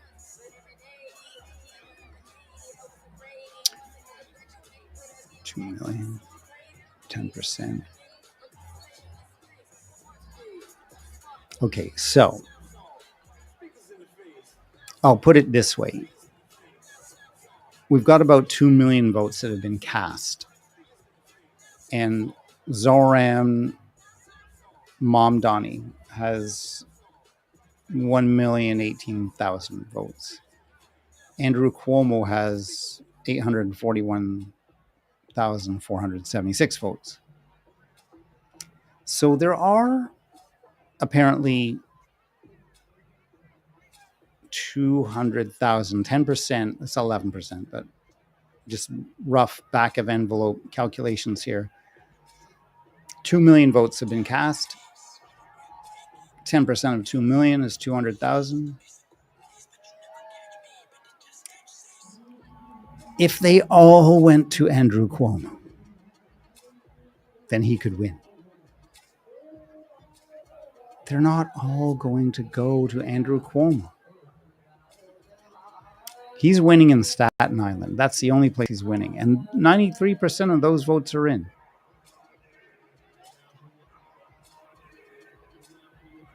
Everywhere else is just going to benefit Zoran Mamdani. I mean, that's plain to see, especially Brooklyn. How many votes? We got 89% in Brooklyn already in. And forgive me. In Staten Island, 93% of the votes are in. Yeah, the numbers aren't there. He can't. There's no pathway for Andrew Cuomo to win mayor of New York City at this point. So, I agree with the Decision Desk HQ in declaring this race for Zoran Mamdani. There you go. He's won it. So, anyways, what my question is, what is he waiting for? What's he waiting for? They're all geared up for a party here. I'm going to turn down the volume here, but I will return you, ladies and gentlemen, to that live stream of that party. Come on, we want to hear the acceptance speech. Ah, there goes my camera. There we go.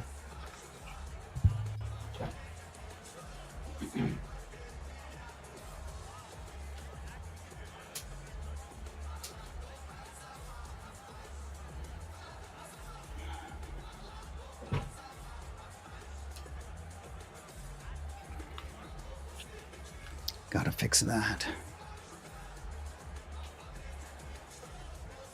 I kind of feel like the camera has changed a little bit. Maybe that's just because I went widescreen here on this.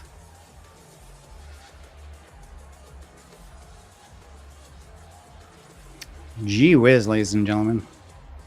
I don't really want to stay up all night waiting for this acceptance speech.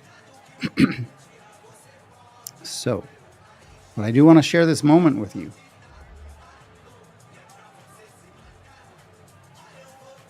I really do. I do.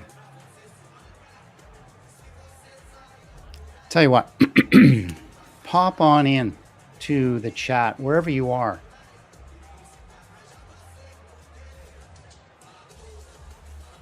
Pop on into the chat and let me know what you're thinking.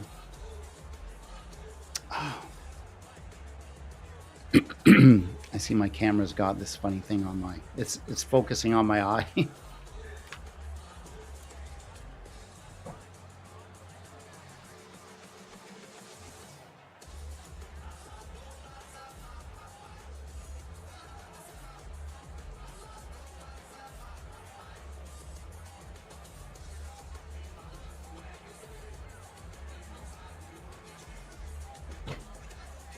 There it is again. Right.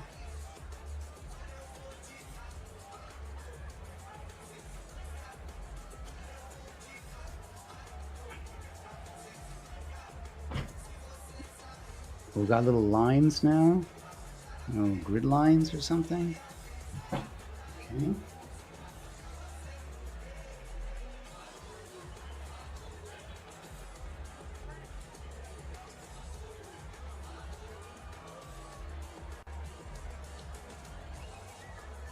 Oh, yeah, got another line there. Something fun going on.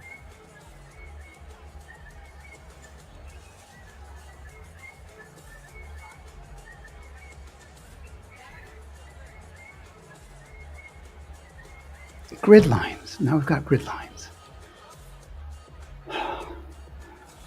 This night has been too much. So much craziness with my camera.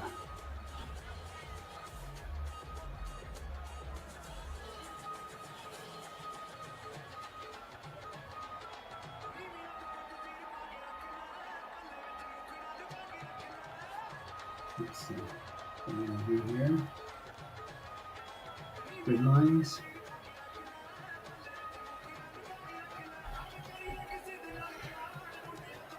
Oh yeah, there's grid lines. Right. What if I try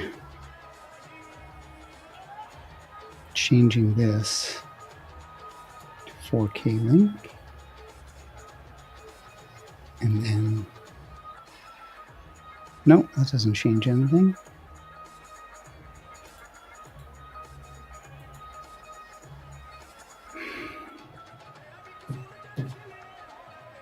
How do I change that?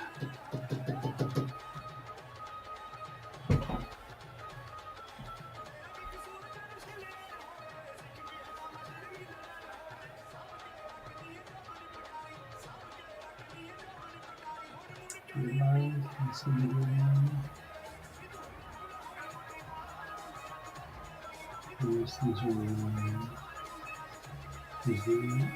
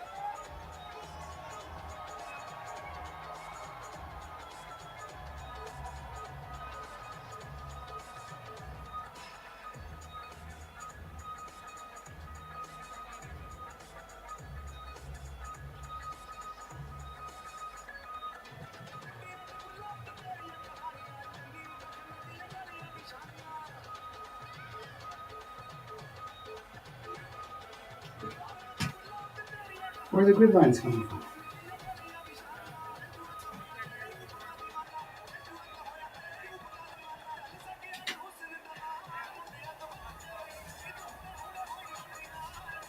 Turn your camera on and off, not doing anything.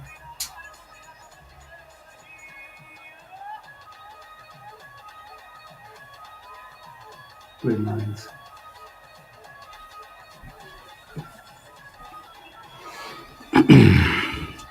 Okay. Well, I've given up on trying to get the grid lines and the focus thing off my face. It's a minor issue, I guess. Oh my gosh. This is the thing with these. There's so much stuff involved with this setup. And if you get it working and go away and then come back, that doesn't mean it's all going to be working. Like things just change just on their own. So I don't know what to tell you. Hopefully you can hear this. I'll see if I can find out when he's going to give his acceptance speech.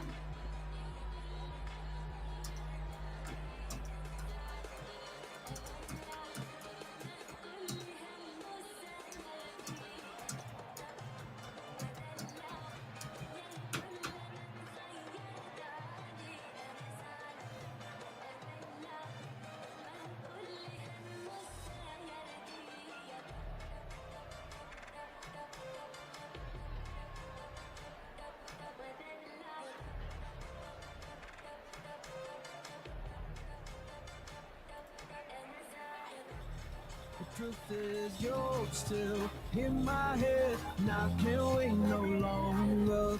Fort Richmond, we have won because New York has up for a city they can do. A city where they can do more than just struggle.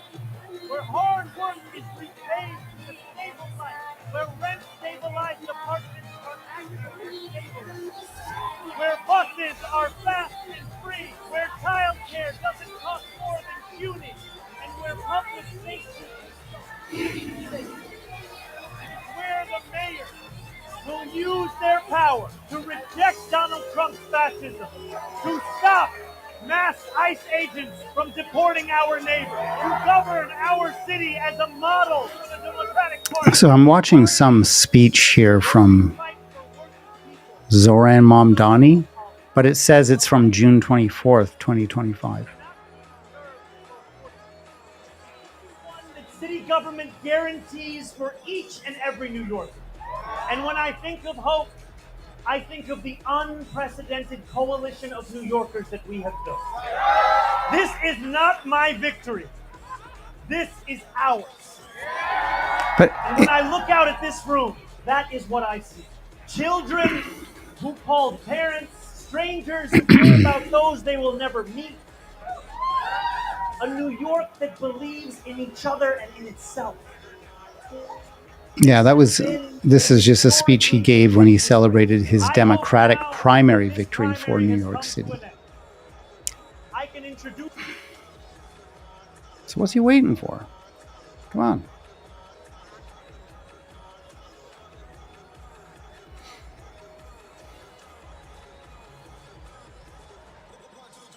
Maybe I'll, I don't know, I'll just take my weird picture off of here and I'll just chat with you.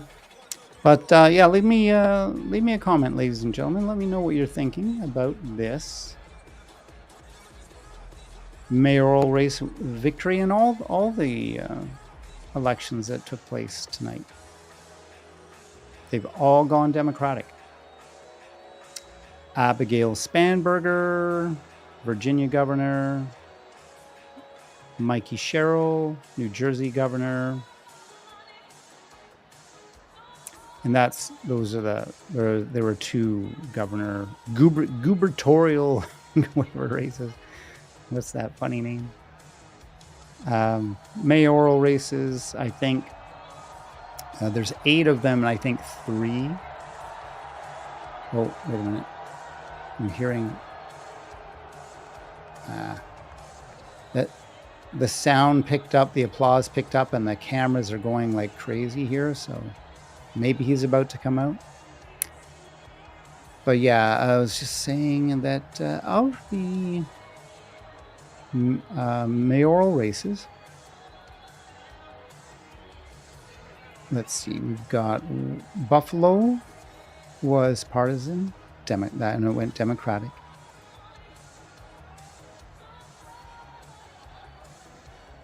Minneapolis is I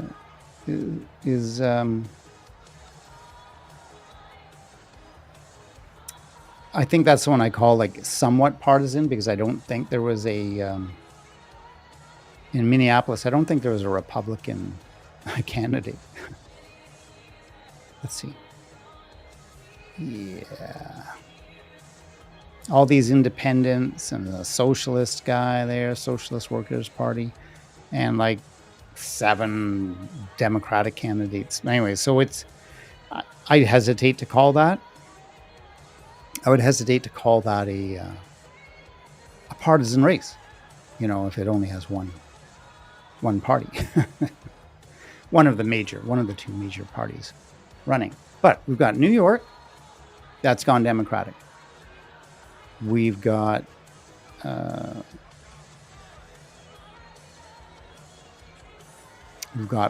Pittsburgh, it's gone Democratic. Buffalo is gone Democratic. So those are the 3 races that are partisan, like truly partisan. They've all gone Democratic in terms of mayoral races. So we've got the 2 governor races going Democratic. We've got the 3 partisan mayoral races that were fought have gone Democratic. Ballot measures don't count because they're not partisan. Right? There's 3 votes for the Supreme Court of, what was it? Oh, sorry, I'm thinking about other races. And so Supreme Court for Pennsylvania, 3 seats. They're all just saying these guys should keep their seats. But these are not partisan races. We do have Christian Menahee winning this special election to now go to Congress and represent Texas as a House representative in the House of Representatives in Congress. So that race has gone to the Democrats. Ghazala Hashmi for Lieutenant Governor in Virginia has won. Democratic. Jay Jones, Attorney General in Virginia, has won. Yeah, I'd say Donald Trump and his fascist regime have pushed every one of these elections to the Democrats quite decidedly, quite decisively. So there you go. Makes sense to me. This crowd, every now and then, they all start screaming and yelling, and they're holding their phones up, and so naturally it makes me think, oh, well, he's coming out now.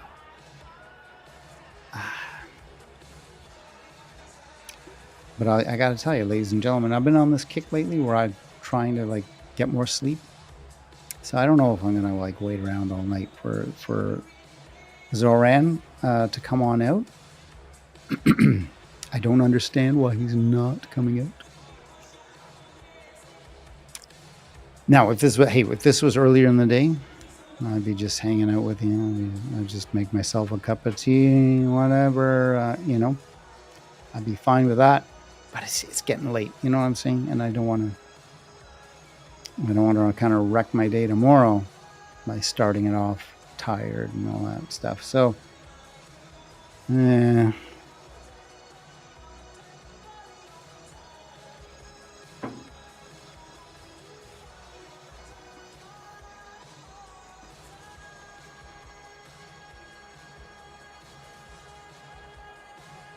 not sure who the DJ is for this party. But even when this song was new, it was still I was like, was I high school? Was I in university? Anyways, it seemed kind of lame even then. So, but maybe there's something about it now. Maybe it's just a very fun-loving, not to be taken seriously song.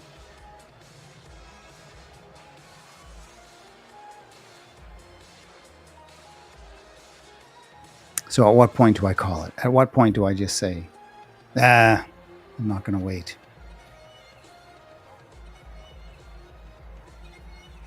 Well, I'll tell you what I could do. I could just leave this on, go get ready for bed, come back and see if he's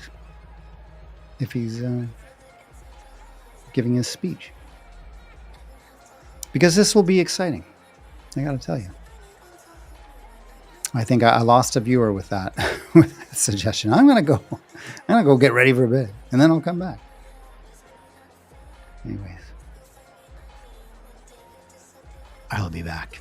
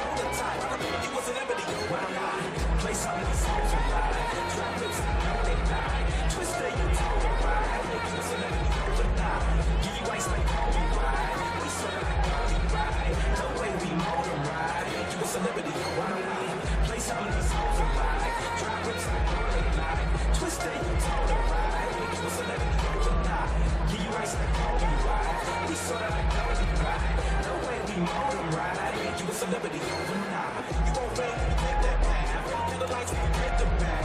You got such a sensational ass. I'ma get you to meet you on break the back. I can pop up to 2003. Get the smile with the CC sprees. I can get you on CDs and DVDs. You the BBs and BCBG. I can get you in the places to bring it to the people that know what you're sticking into. I wanna be a little bit of a ride. Never take you from others, don't know the pick you. If you want the smile, get your girl out. Take it to the hood. She can see you smile, she body. I can see you missing Gucci, go right at the body. She can put her fucking right in the body. And you know you feel the girl, you was broken me a toe. And I love you 'cause you do the no-go. To the flow, the car, you roll slow. And I love it when you from the back. And you get on top of your hat. Girl, I know how you roll me right. I can make you a celebrity, yo, why not? Play some of these songs you like. Drop lips, I know they like. Twister, you told it right. You a celebrity, overnight. Give you ice like Kobe, right? We smell like Kobe, right? The way we mold them, right? You a celebrity,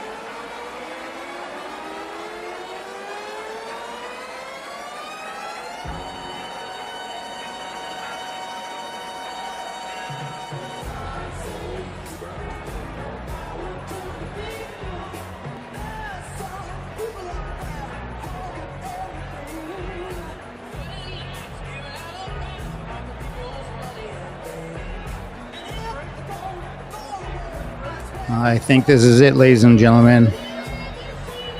I think this is it.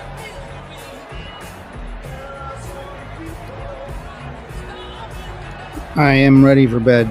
I really thought that was it. Thought he was coming out.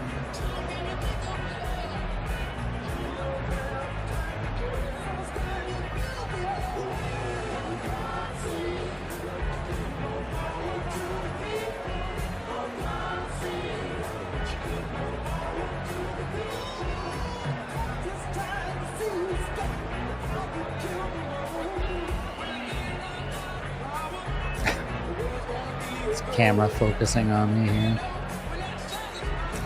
Oh, to tell you, ladies and gentlemen, as you can see, I've gotten ready for bed. I've taken my contacts out, got my glasses on. I was going to wear my retainer just to, and I did get this idea. If I had Policy Watch pajamas, you know, a logo on them, I'd be wearing those.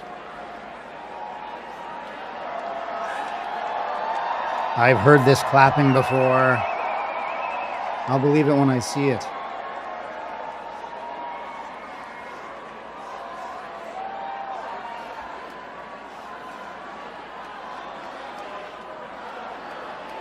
What do you think? What do you think? Is this it, ladies and gentlemen? On stage rocking out stir crazy. Coco flow like 1980s. Come lit still I drop lazy. None of that maybe. Energy.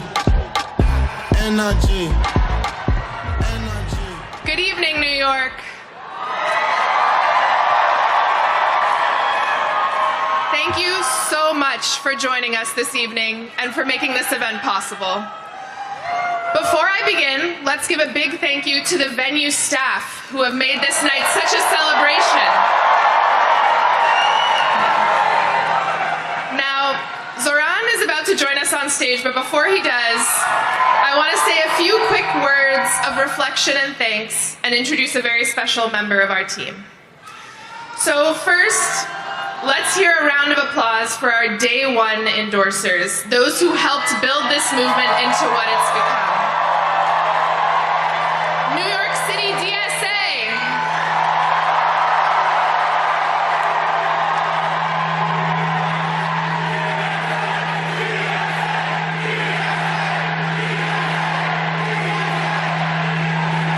I've got a hot mic here, ladies and gentlemen. Voice.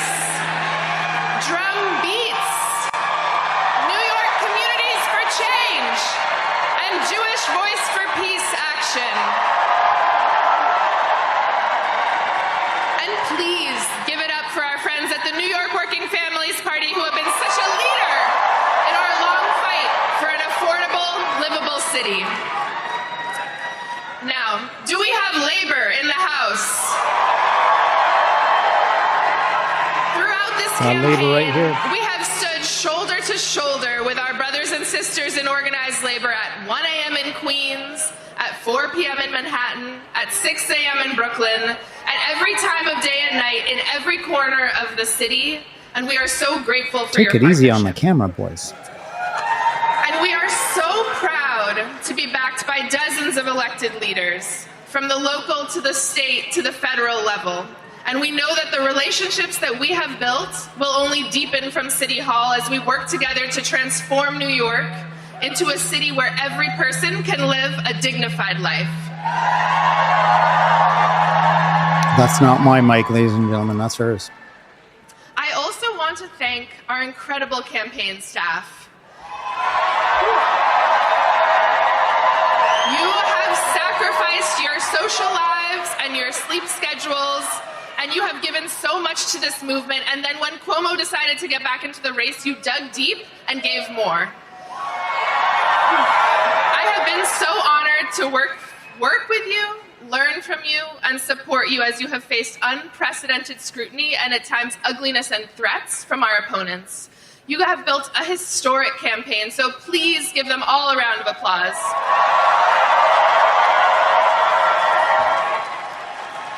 And please join me me in celebrating the person who has been Zoran's right hand from day one, whose deep commitment to our movement and care for our people has infused every part of this campaign from top to bottom, and without whom we would not be here tonight, Elle Biscard Church.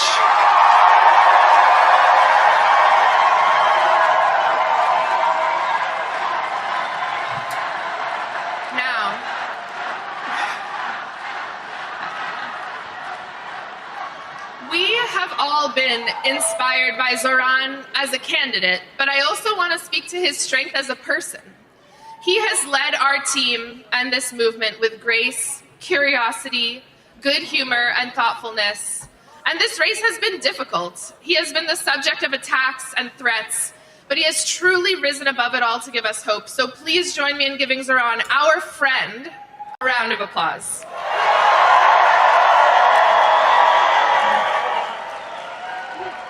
And there are too many supporters to name, so I want to speak to everyone directly.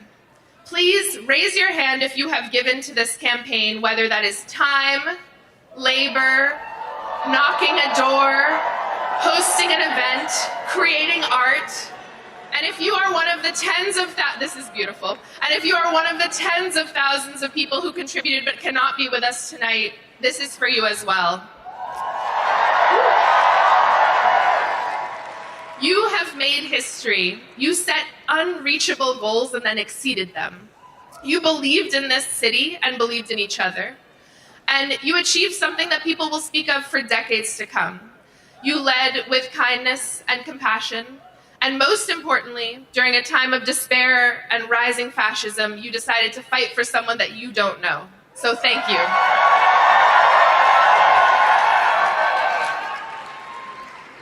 Friends, the scope of this campaign was truly unprecedented. We had hundreds of thousands of conversations with our neighbors and trained leaders who will help us deliver our agenda for the next 4 years. But this record-breaking program did not come out of nowhere. It was the product of years of organizing and leadership development by New York City DSA and so many of our movement partners.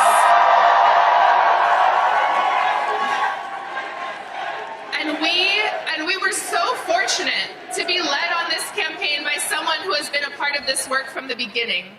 She led Julia Salazar's groundbreaking campaign in 2018. And since then has been behind the scenes in so many of our victories. If this campaign made you feel powerful, or taught you something, or showed you discipline, or brought you joy, you have this person to thank. She is caring, wise, and deeply committed to our movement. And I am sure she is backstage losing her mind at being called out like this. But I need everyone here to please join me in giving her the longest and loudest round of applause, our organizing director, Tasha.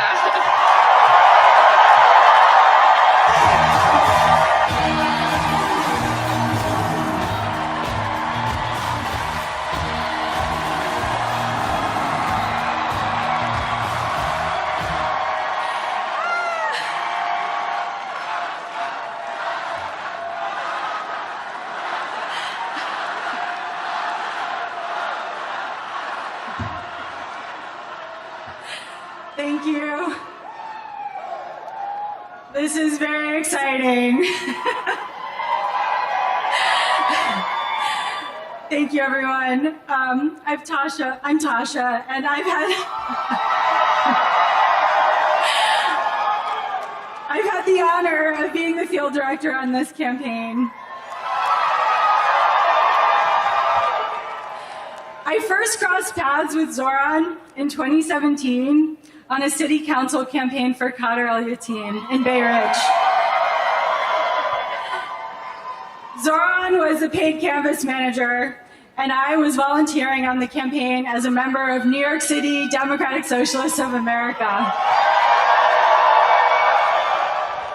I don't think that we could ever have imagined that 8 years later, we would be here on election night for a mayoral campaign 104,000 volunteers strong.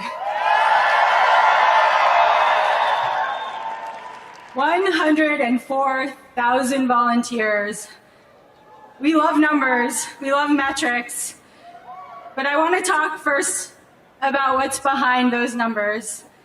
Every number is, in a way, an act of bravery. Door knocking is not the easiest thing.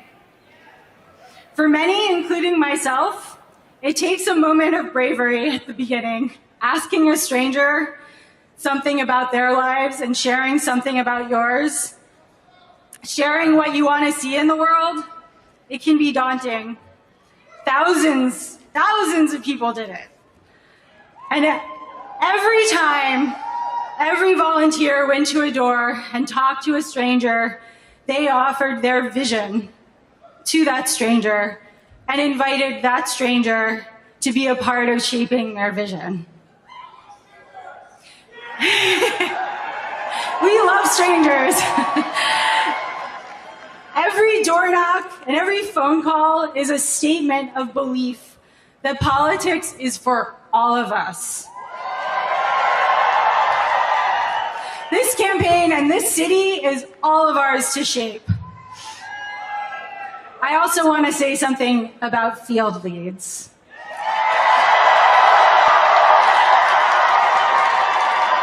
All of our canvases, for those who don't know, all of our canvases have been led by volunteers we call field leads.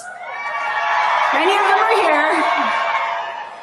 Most led a shift every week, and some led a shift every week since December.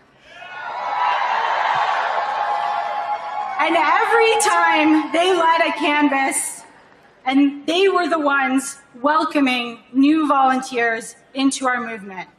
They were the ones who helped inspire folks coming out to canvass for the first time. Without those 700 people who chose to step into leadership in an uncertain moment and try something new and scary, this field operation at this scale would not have happened. Those 700 people prove that leadership isn't about having all of the answers. It's about the willingness to step into the unknown and inspire others to imagine something better. So here are the numbers. Over 104,000 volunteers made over 4.4 million calls. At around noon today, a volunteer knocked our 3 millionth door. Over 700 field leads have led over 5,700 canvasses in 243 neighborhoods. 6,568 voters signed up to volunteer on the spot when they were canvassed by somebody. 8,389 voters signed up to volunteer when they were asked by a phone banker. These are unprecedented numbers. The bravery that you all have shown, that this field operation carried across all 5 boroughs, is going to transform our city.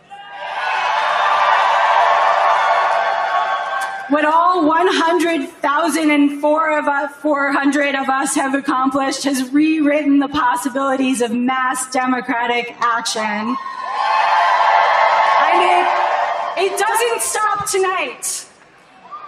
We all know that we won't stop at electing Zoran. We will continue to fight to bring the affordable of New York City to life. I am so excited to do that with all of you. Now, I'm so honored to introduce the person you've been waiting to hear.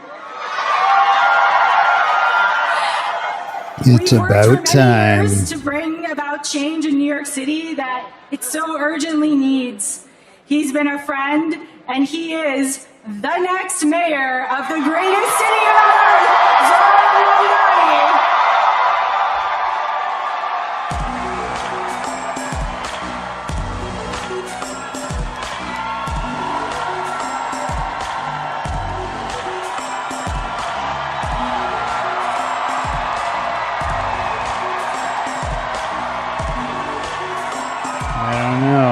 if it's the lighting.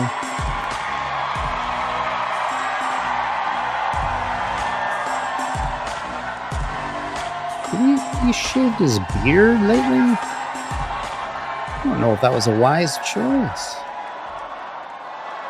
Keep the beard on, man.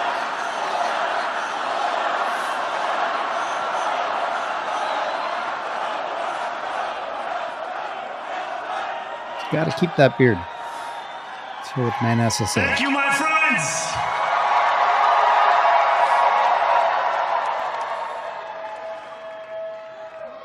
The sun may have set over our city this evening, but as Eugene Debs once said,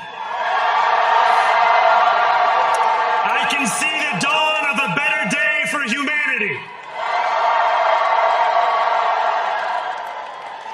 For as long as we can remember, the working people of New York have been told by the wealthy and the well-connected that power does not belong in their hands.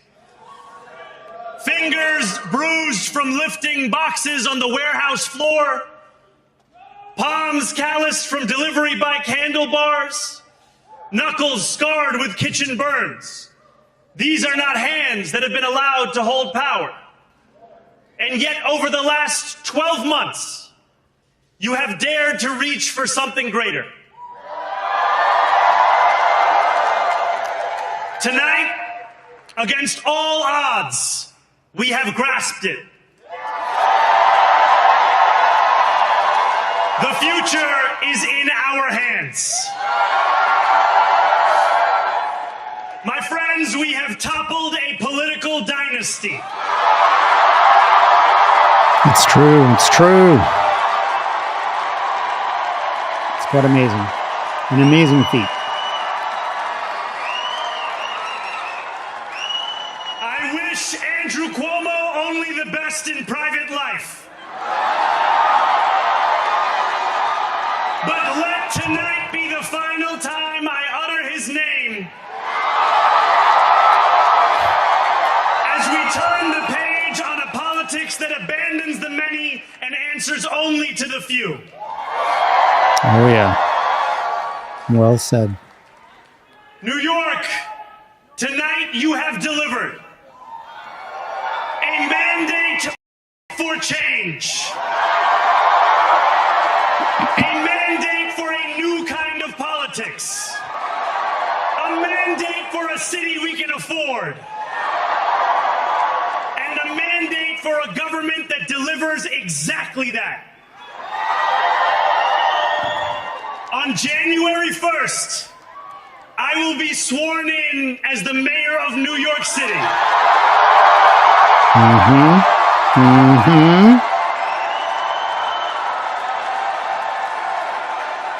And that is because of you. Amazing. So before I say anything else, I must say this. Thank you. Thank you to the next generation of New Yorkers who refuse to accept that the promise of a better future was a relic of the past. You showed that when politics speaks to you without condescension, we can usher in a new era of leadership. We will fight for you because we are you. Or as we say on Steinway, ana minkum wa ilaykum.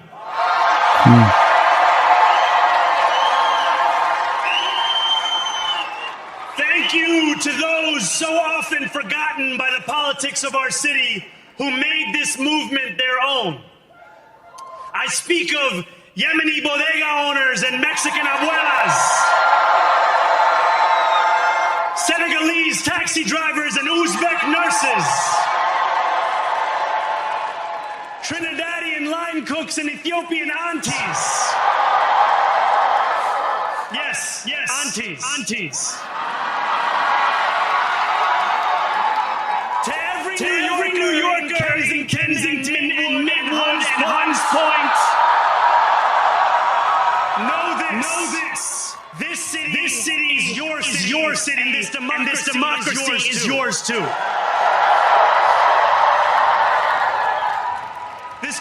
campaign is about people like Wesley. An 1199 organizer I met outside of Elmhurst Hospital on Thursday night.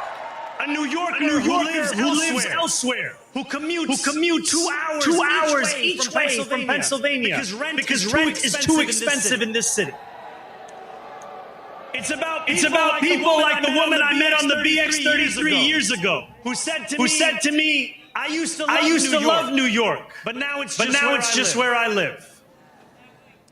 And it's about people like Richard, the taxi driver I went on a 15-day hunger strike with outside of City Hall,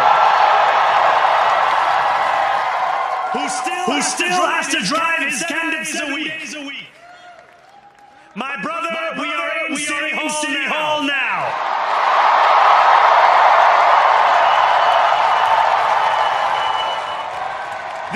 This victory is for all of them. And it's for all of you. The more than 100,000 volunteers who built this campaign into an unstoppable force.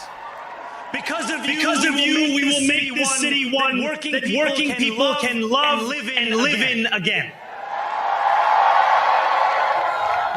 With every door knocked, every petition signature earned, and every hard-earned conversation, you eroded the cynicism that has come to define our politics. Now I know that I have asked for much from you over this last year. Time and again, you have answered my calls. But I have one final request. New York City, breathe this moment in. We have held our breath for longer than we know. We have held it in anticipation of defeat. Held it because the air has been knocked out of our lungs too many times to count. Held it because we cannot afford to exhale.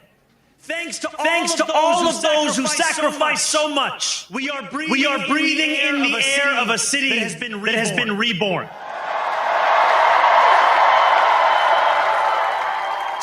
To my campaign team, who believed when no one else did, and who took an electoral project and turned it into so much more. I will never be able to express the depth of my gratitude. You can sleep now. To my parents, That's what I want to do. Mama and Baba, you have made me into the man I am today. I am so proud to be your son. And to my incredible wife, Rama.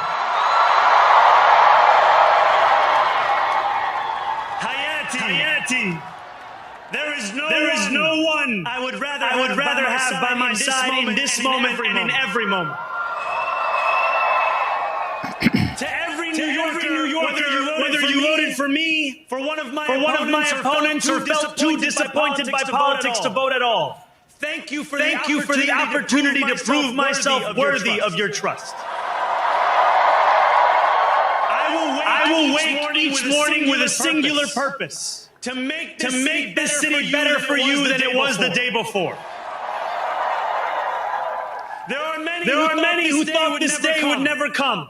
Who feared that we would be condemned only to a future of less. With every election consigning us simply to more of the same. And there are others who see politics today as too cruel for the flame of hope to still burn. New York, we have answered those fears. Tonight we have spoken in a clear voice. Hope is alive. Hope is a decision that thousands of New Yorkers make day after day. Volunteership after volunteership. Despite attack after attack. More than a million of us stood in our churches, in gymnasiums, in community centers, as we filled in the ledger of democracy. And while we cast our ballots alone, we chose hope together. Hope over tyranny. Hope over big money and small ideas. Hope over despair. We won because New Yorkers allowed themselves to hope that the impossible could be made possible. And we won because we insisted that no longer would politics be something that is done to us. Now it is something that we do. Amen, brother. Standing before you, I think of the words of Jawaharlal Nehru. A moment comes but rarely in history. When we step out from the old to the new. When an age ends and when the soul of the nation long suppressed finds utterance. Tonight we have stepped out from the old into the new. So let us speak now with clarity and conviction that cannot be misunderstood about what this new age will deliver and for whom. This will be an age where New Yorkers expect from their leaders a bold vision of what we will achieve, rather than a list of excuses for what we are too timid to attempt. Central to that vision will be the most ambitious agenda to tackle the cost of living crisis that this city has seen since the days of Figueroa LaGuardia. I will look forward to see what becomes of that. For more than 2 million rent-stabilized tenants. Yes. Make buses fast and free. Amazing. Deliver universal childcare across our city. Wow. What would that look like? Years from now, may our only regret be that this day took so long to come. This new age will be one of relentless improvement. We will hire thousands more teachers. We will cut from a bloated bureaucracy. We will work tirelessly to make light shine again in the hallways of NYCHA development where they have long flickered. Safety and justice will go hand in hand as we work with police officers to reduce crime and create a department of community safety that tackles the mental health crisis and homelessness crisis head on. Excellence will become the expectation across government, not the exception. In this new age we make for ourselves, we will refuse to allow those who traffic division and hate to pit us against one another. In this moment of political darkness, New York will be the light. Here we believe in standing up for those we love. Whether you are an immigrant, a member of the trans community, one of the many black women that Donald Trump has fired from a federal job, a single mom still waiting for the cost of groceries to go down, or anyone else with their back against the wall. Your struggle is ours too. And we will build a city hall that stands steadfast alongside Jewish New Yorkers and does not waver in the fight against the scourge of anti-Semitism. Where the more than one Muslims know that they belong. Not just in the 5 boroughs of this city, but in the halls of power. No more will New York be a city where you can traffic in Islamophobia and win an election.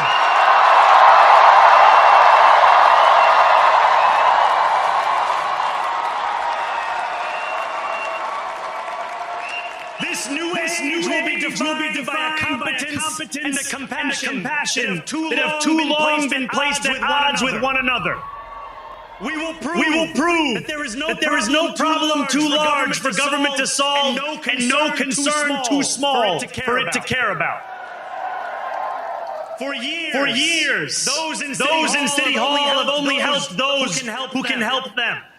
But on January 1st, we will usher in a city government that helps everyone. Now I know that many have heard our message only through the prism of misinformation. Tens of millions of dollars have been spent to redefine reality and to convince our neighbors that this new age is something that should frighten them. As has so often occurred, the billionaire class has sought to convince those making $30 an hour that their enemies are those earning $20 an hour. They want the people to fight amongst ourselves so that we remain distracted from the work of remaking a long broken system. We refuse to let them dictate the rules of the game anymore. They can play by the same rules as the rest of us. Together, we will usher in a generation of change. And if we embrace this brave new course, rather than fleeing from it, we can respond to oligarchy and authoritarianism with the strength it fears, not the appeasement it craves. After all, if anyone can show a nation betrayed by Donald Trump how to defeat him, it is the city that gave rise to him. And if there is any way to terrify a despot, it is by dismantling the very conditions that allowed him to accumulate power. This is not only how we stop Trump, it's how we stop the next one. So Donald Trump, since I know you're watching, I have four words for you. Turn the volume up. Mm-hmm.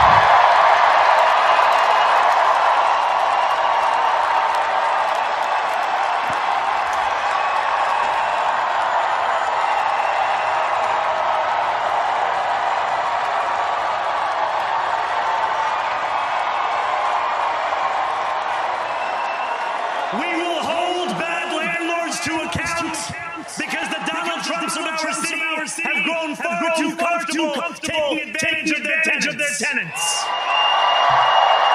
We will put an end to the culture of corruption that has allowed billionaires like Trump to evade taxation and exploit tax breaks.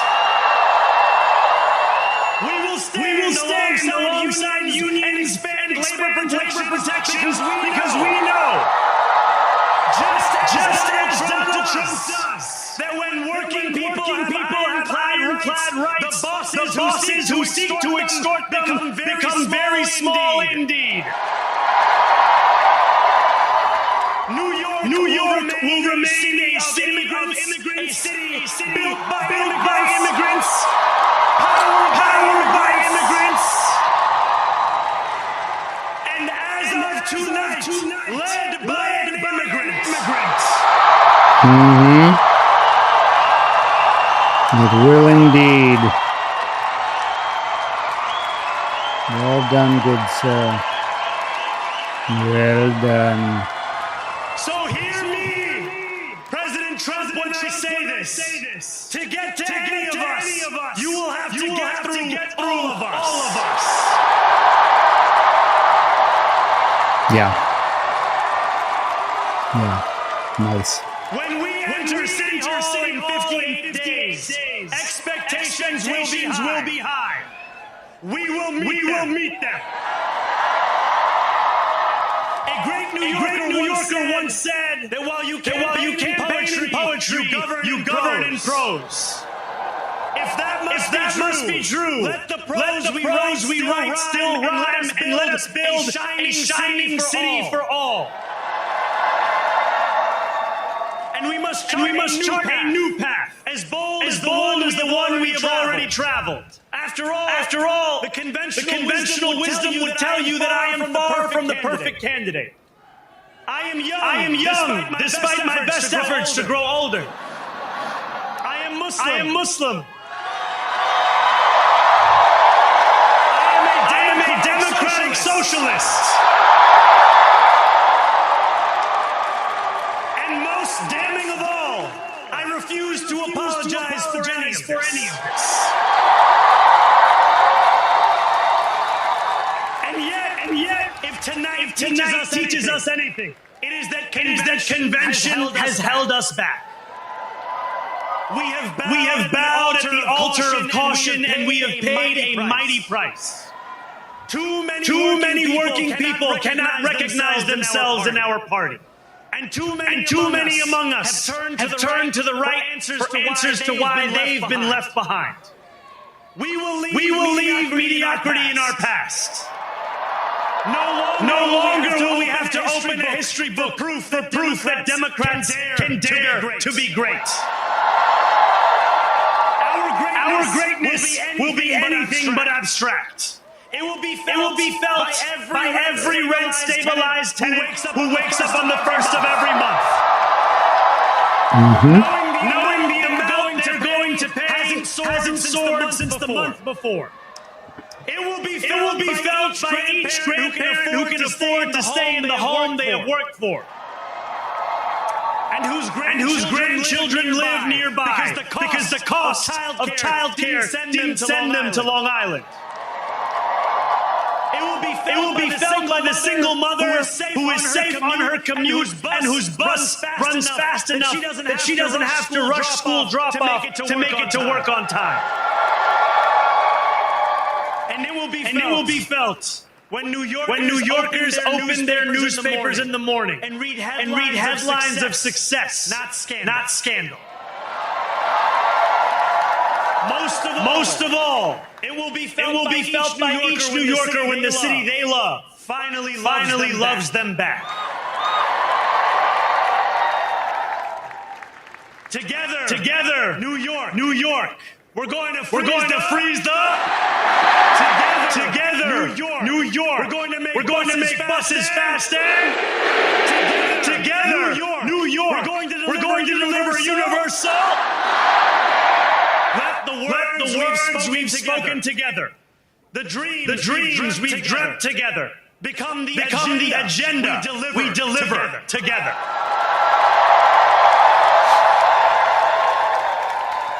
New York, this power, it's yours. This city belongs to you. Thank you.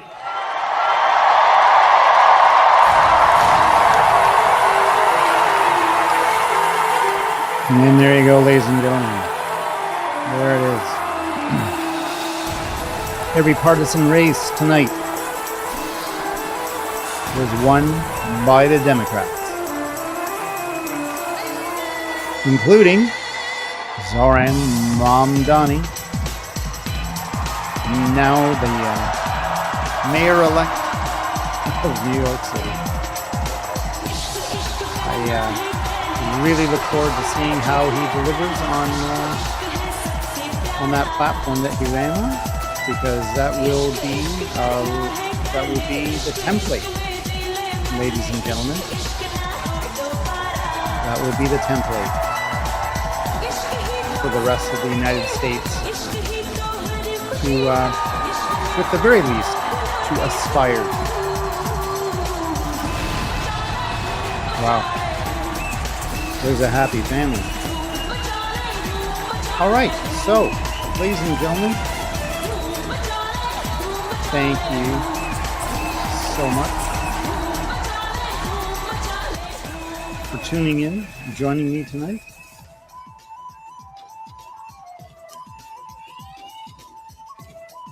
It was an outstanding evening. Outstanding.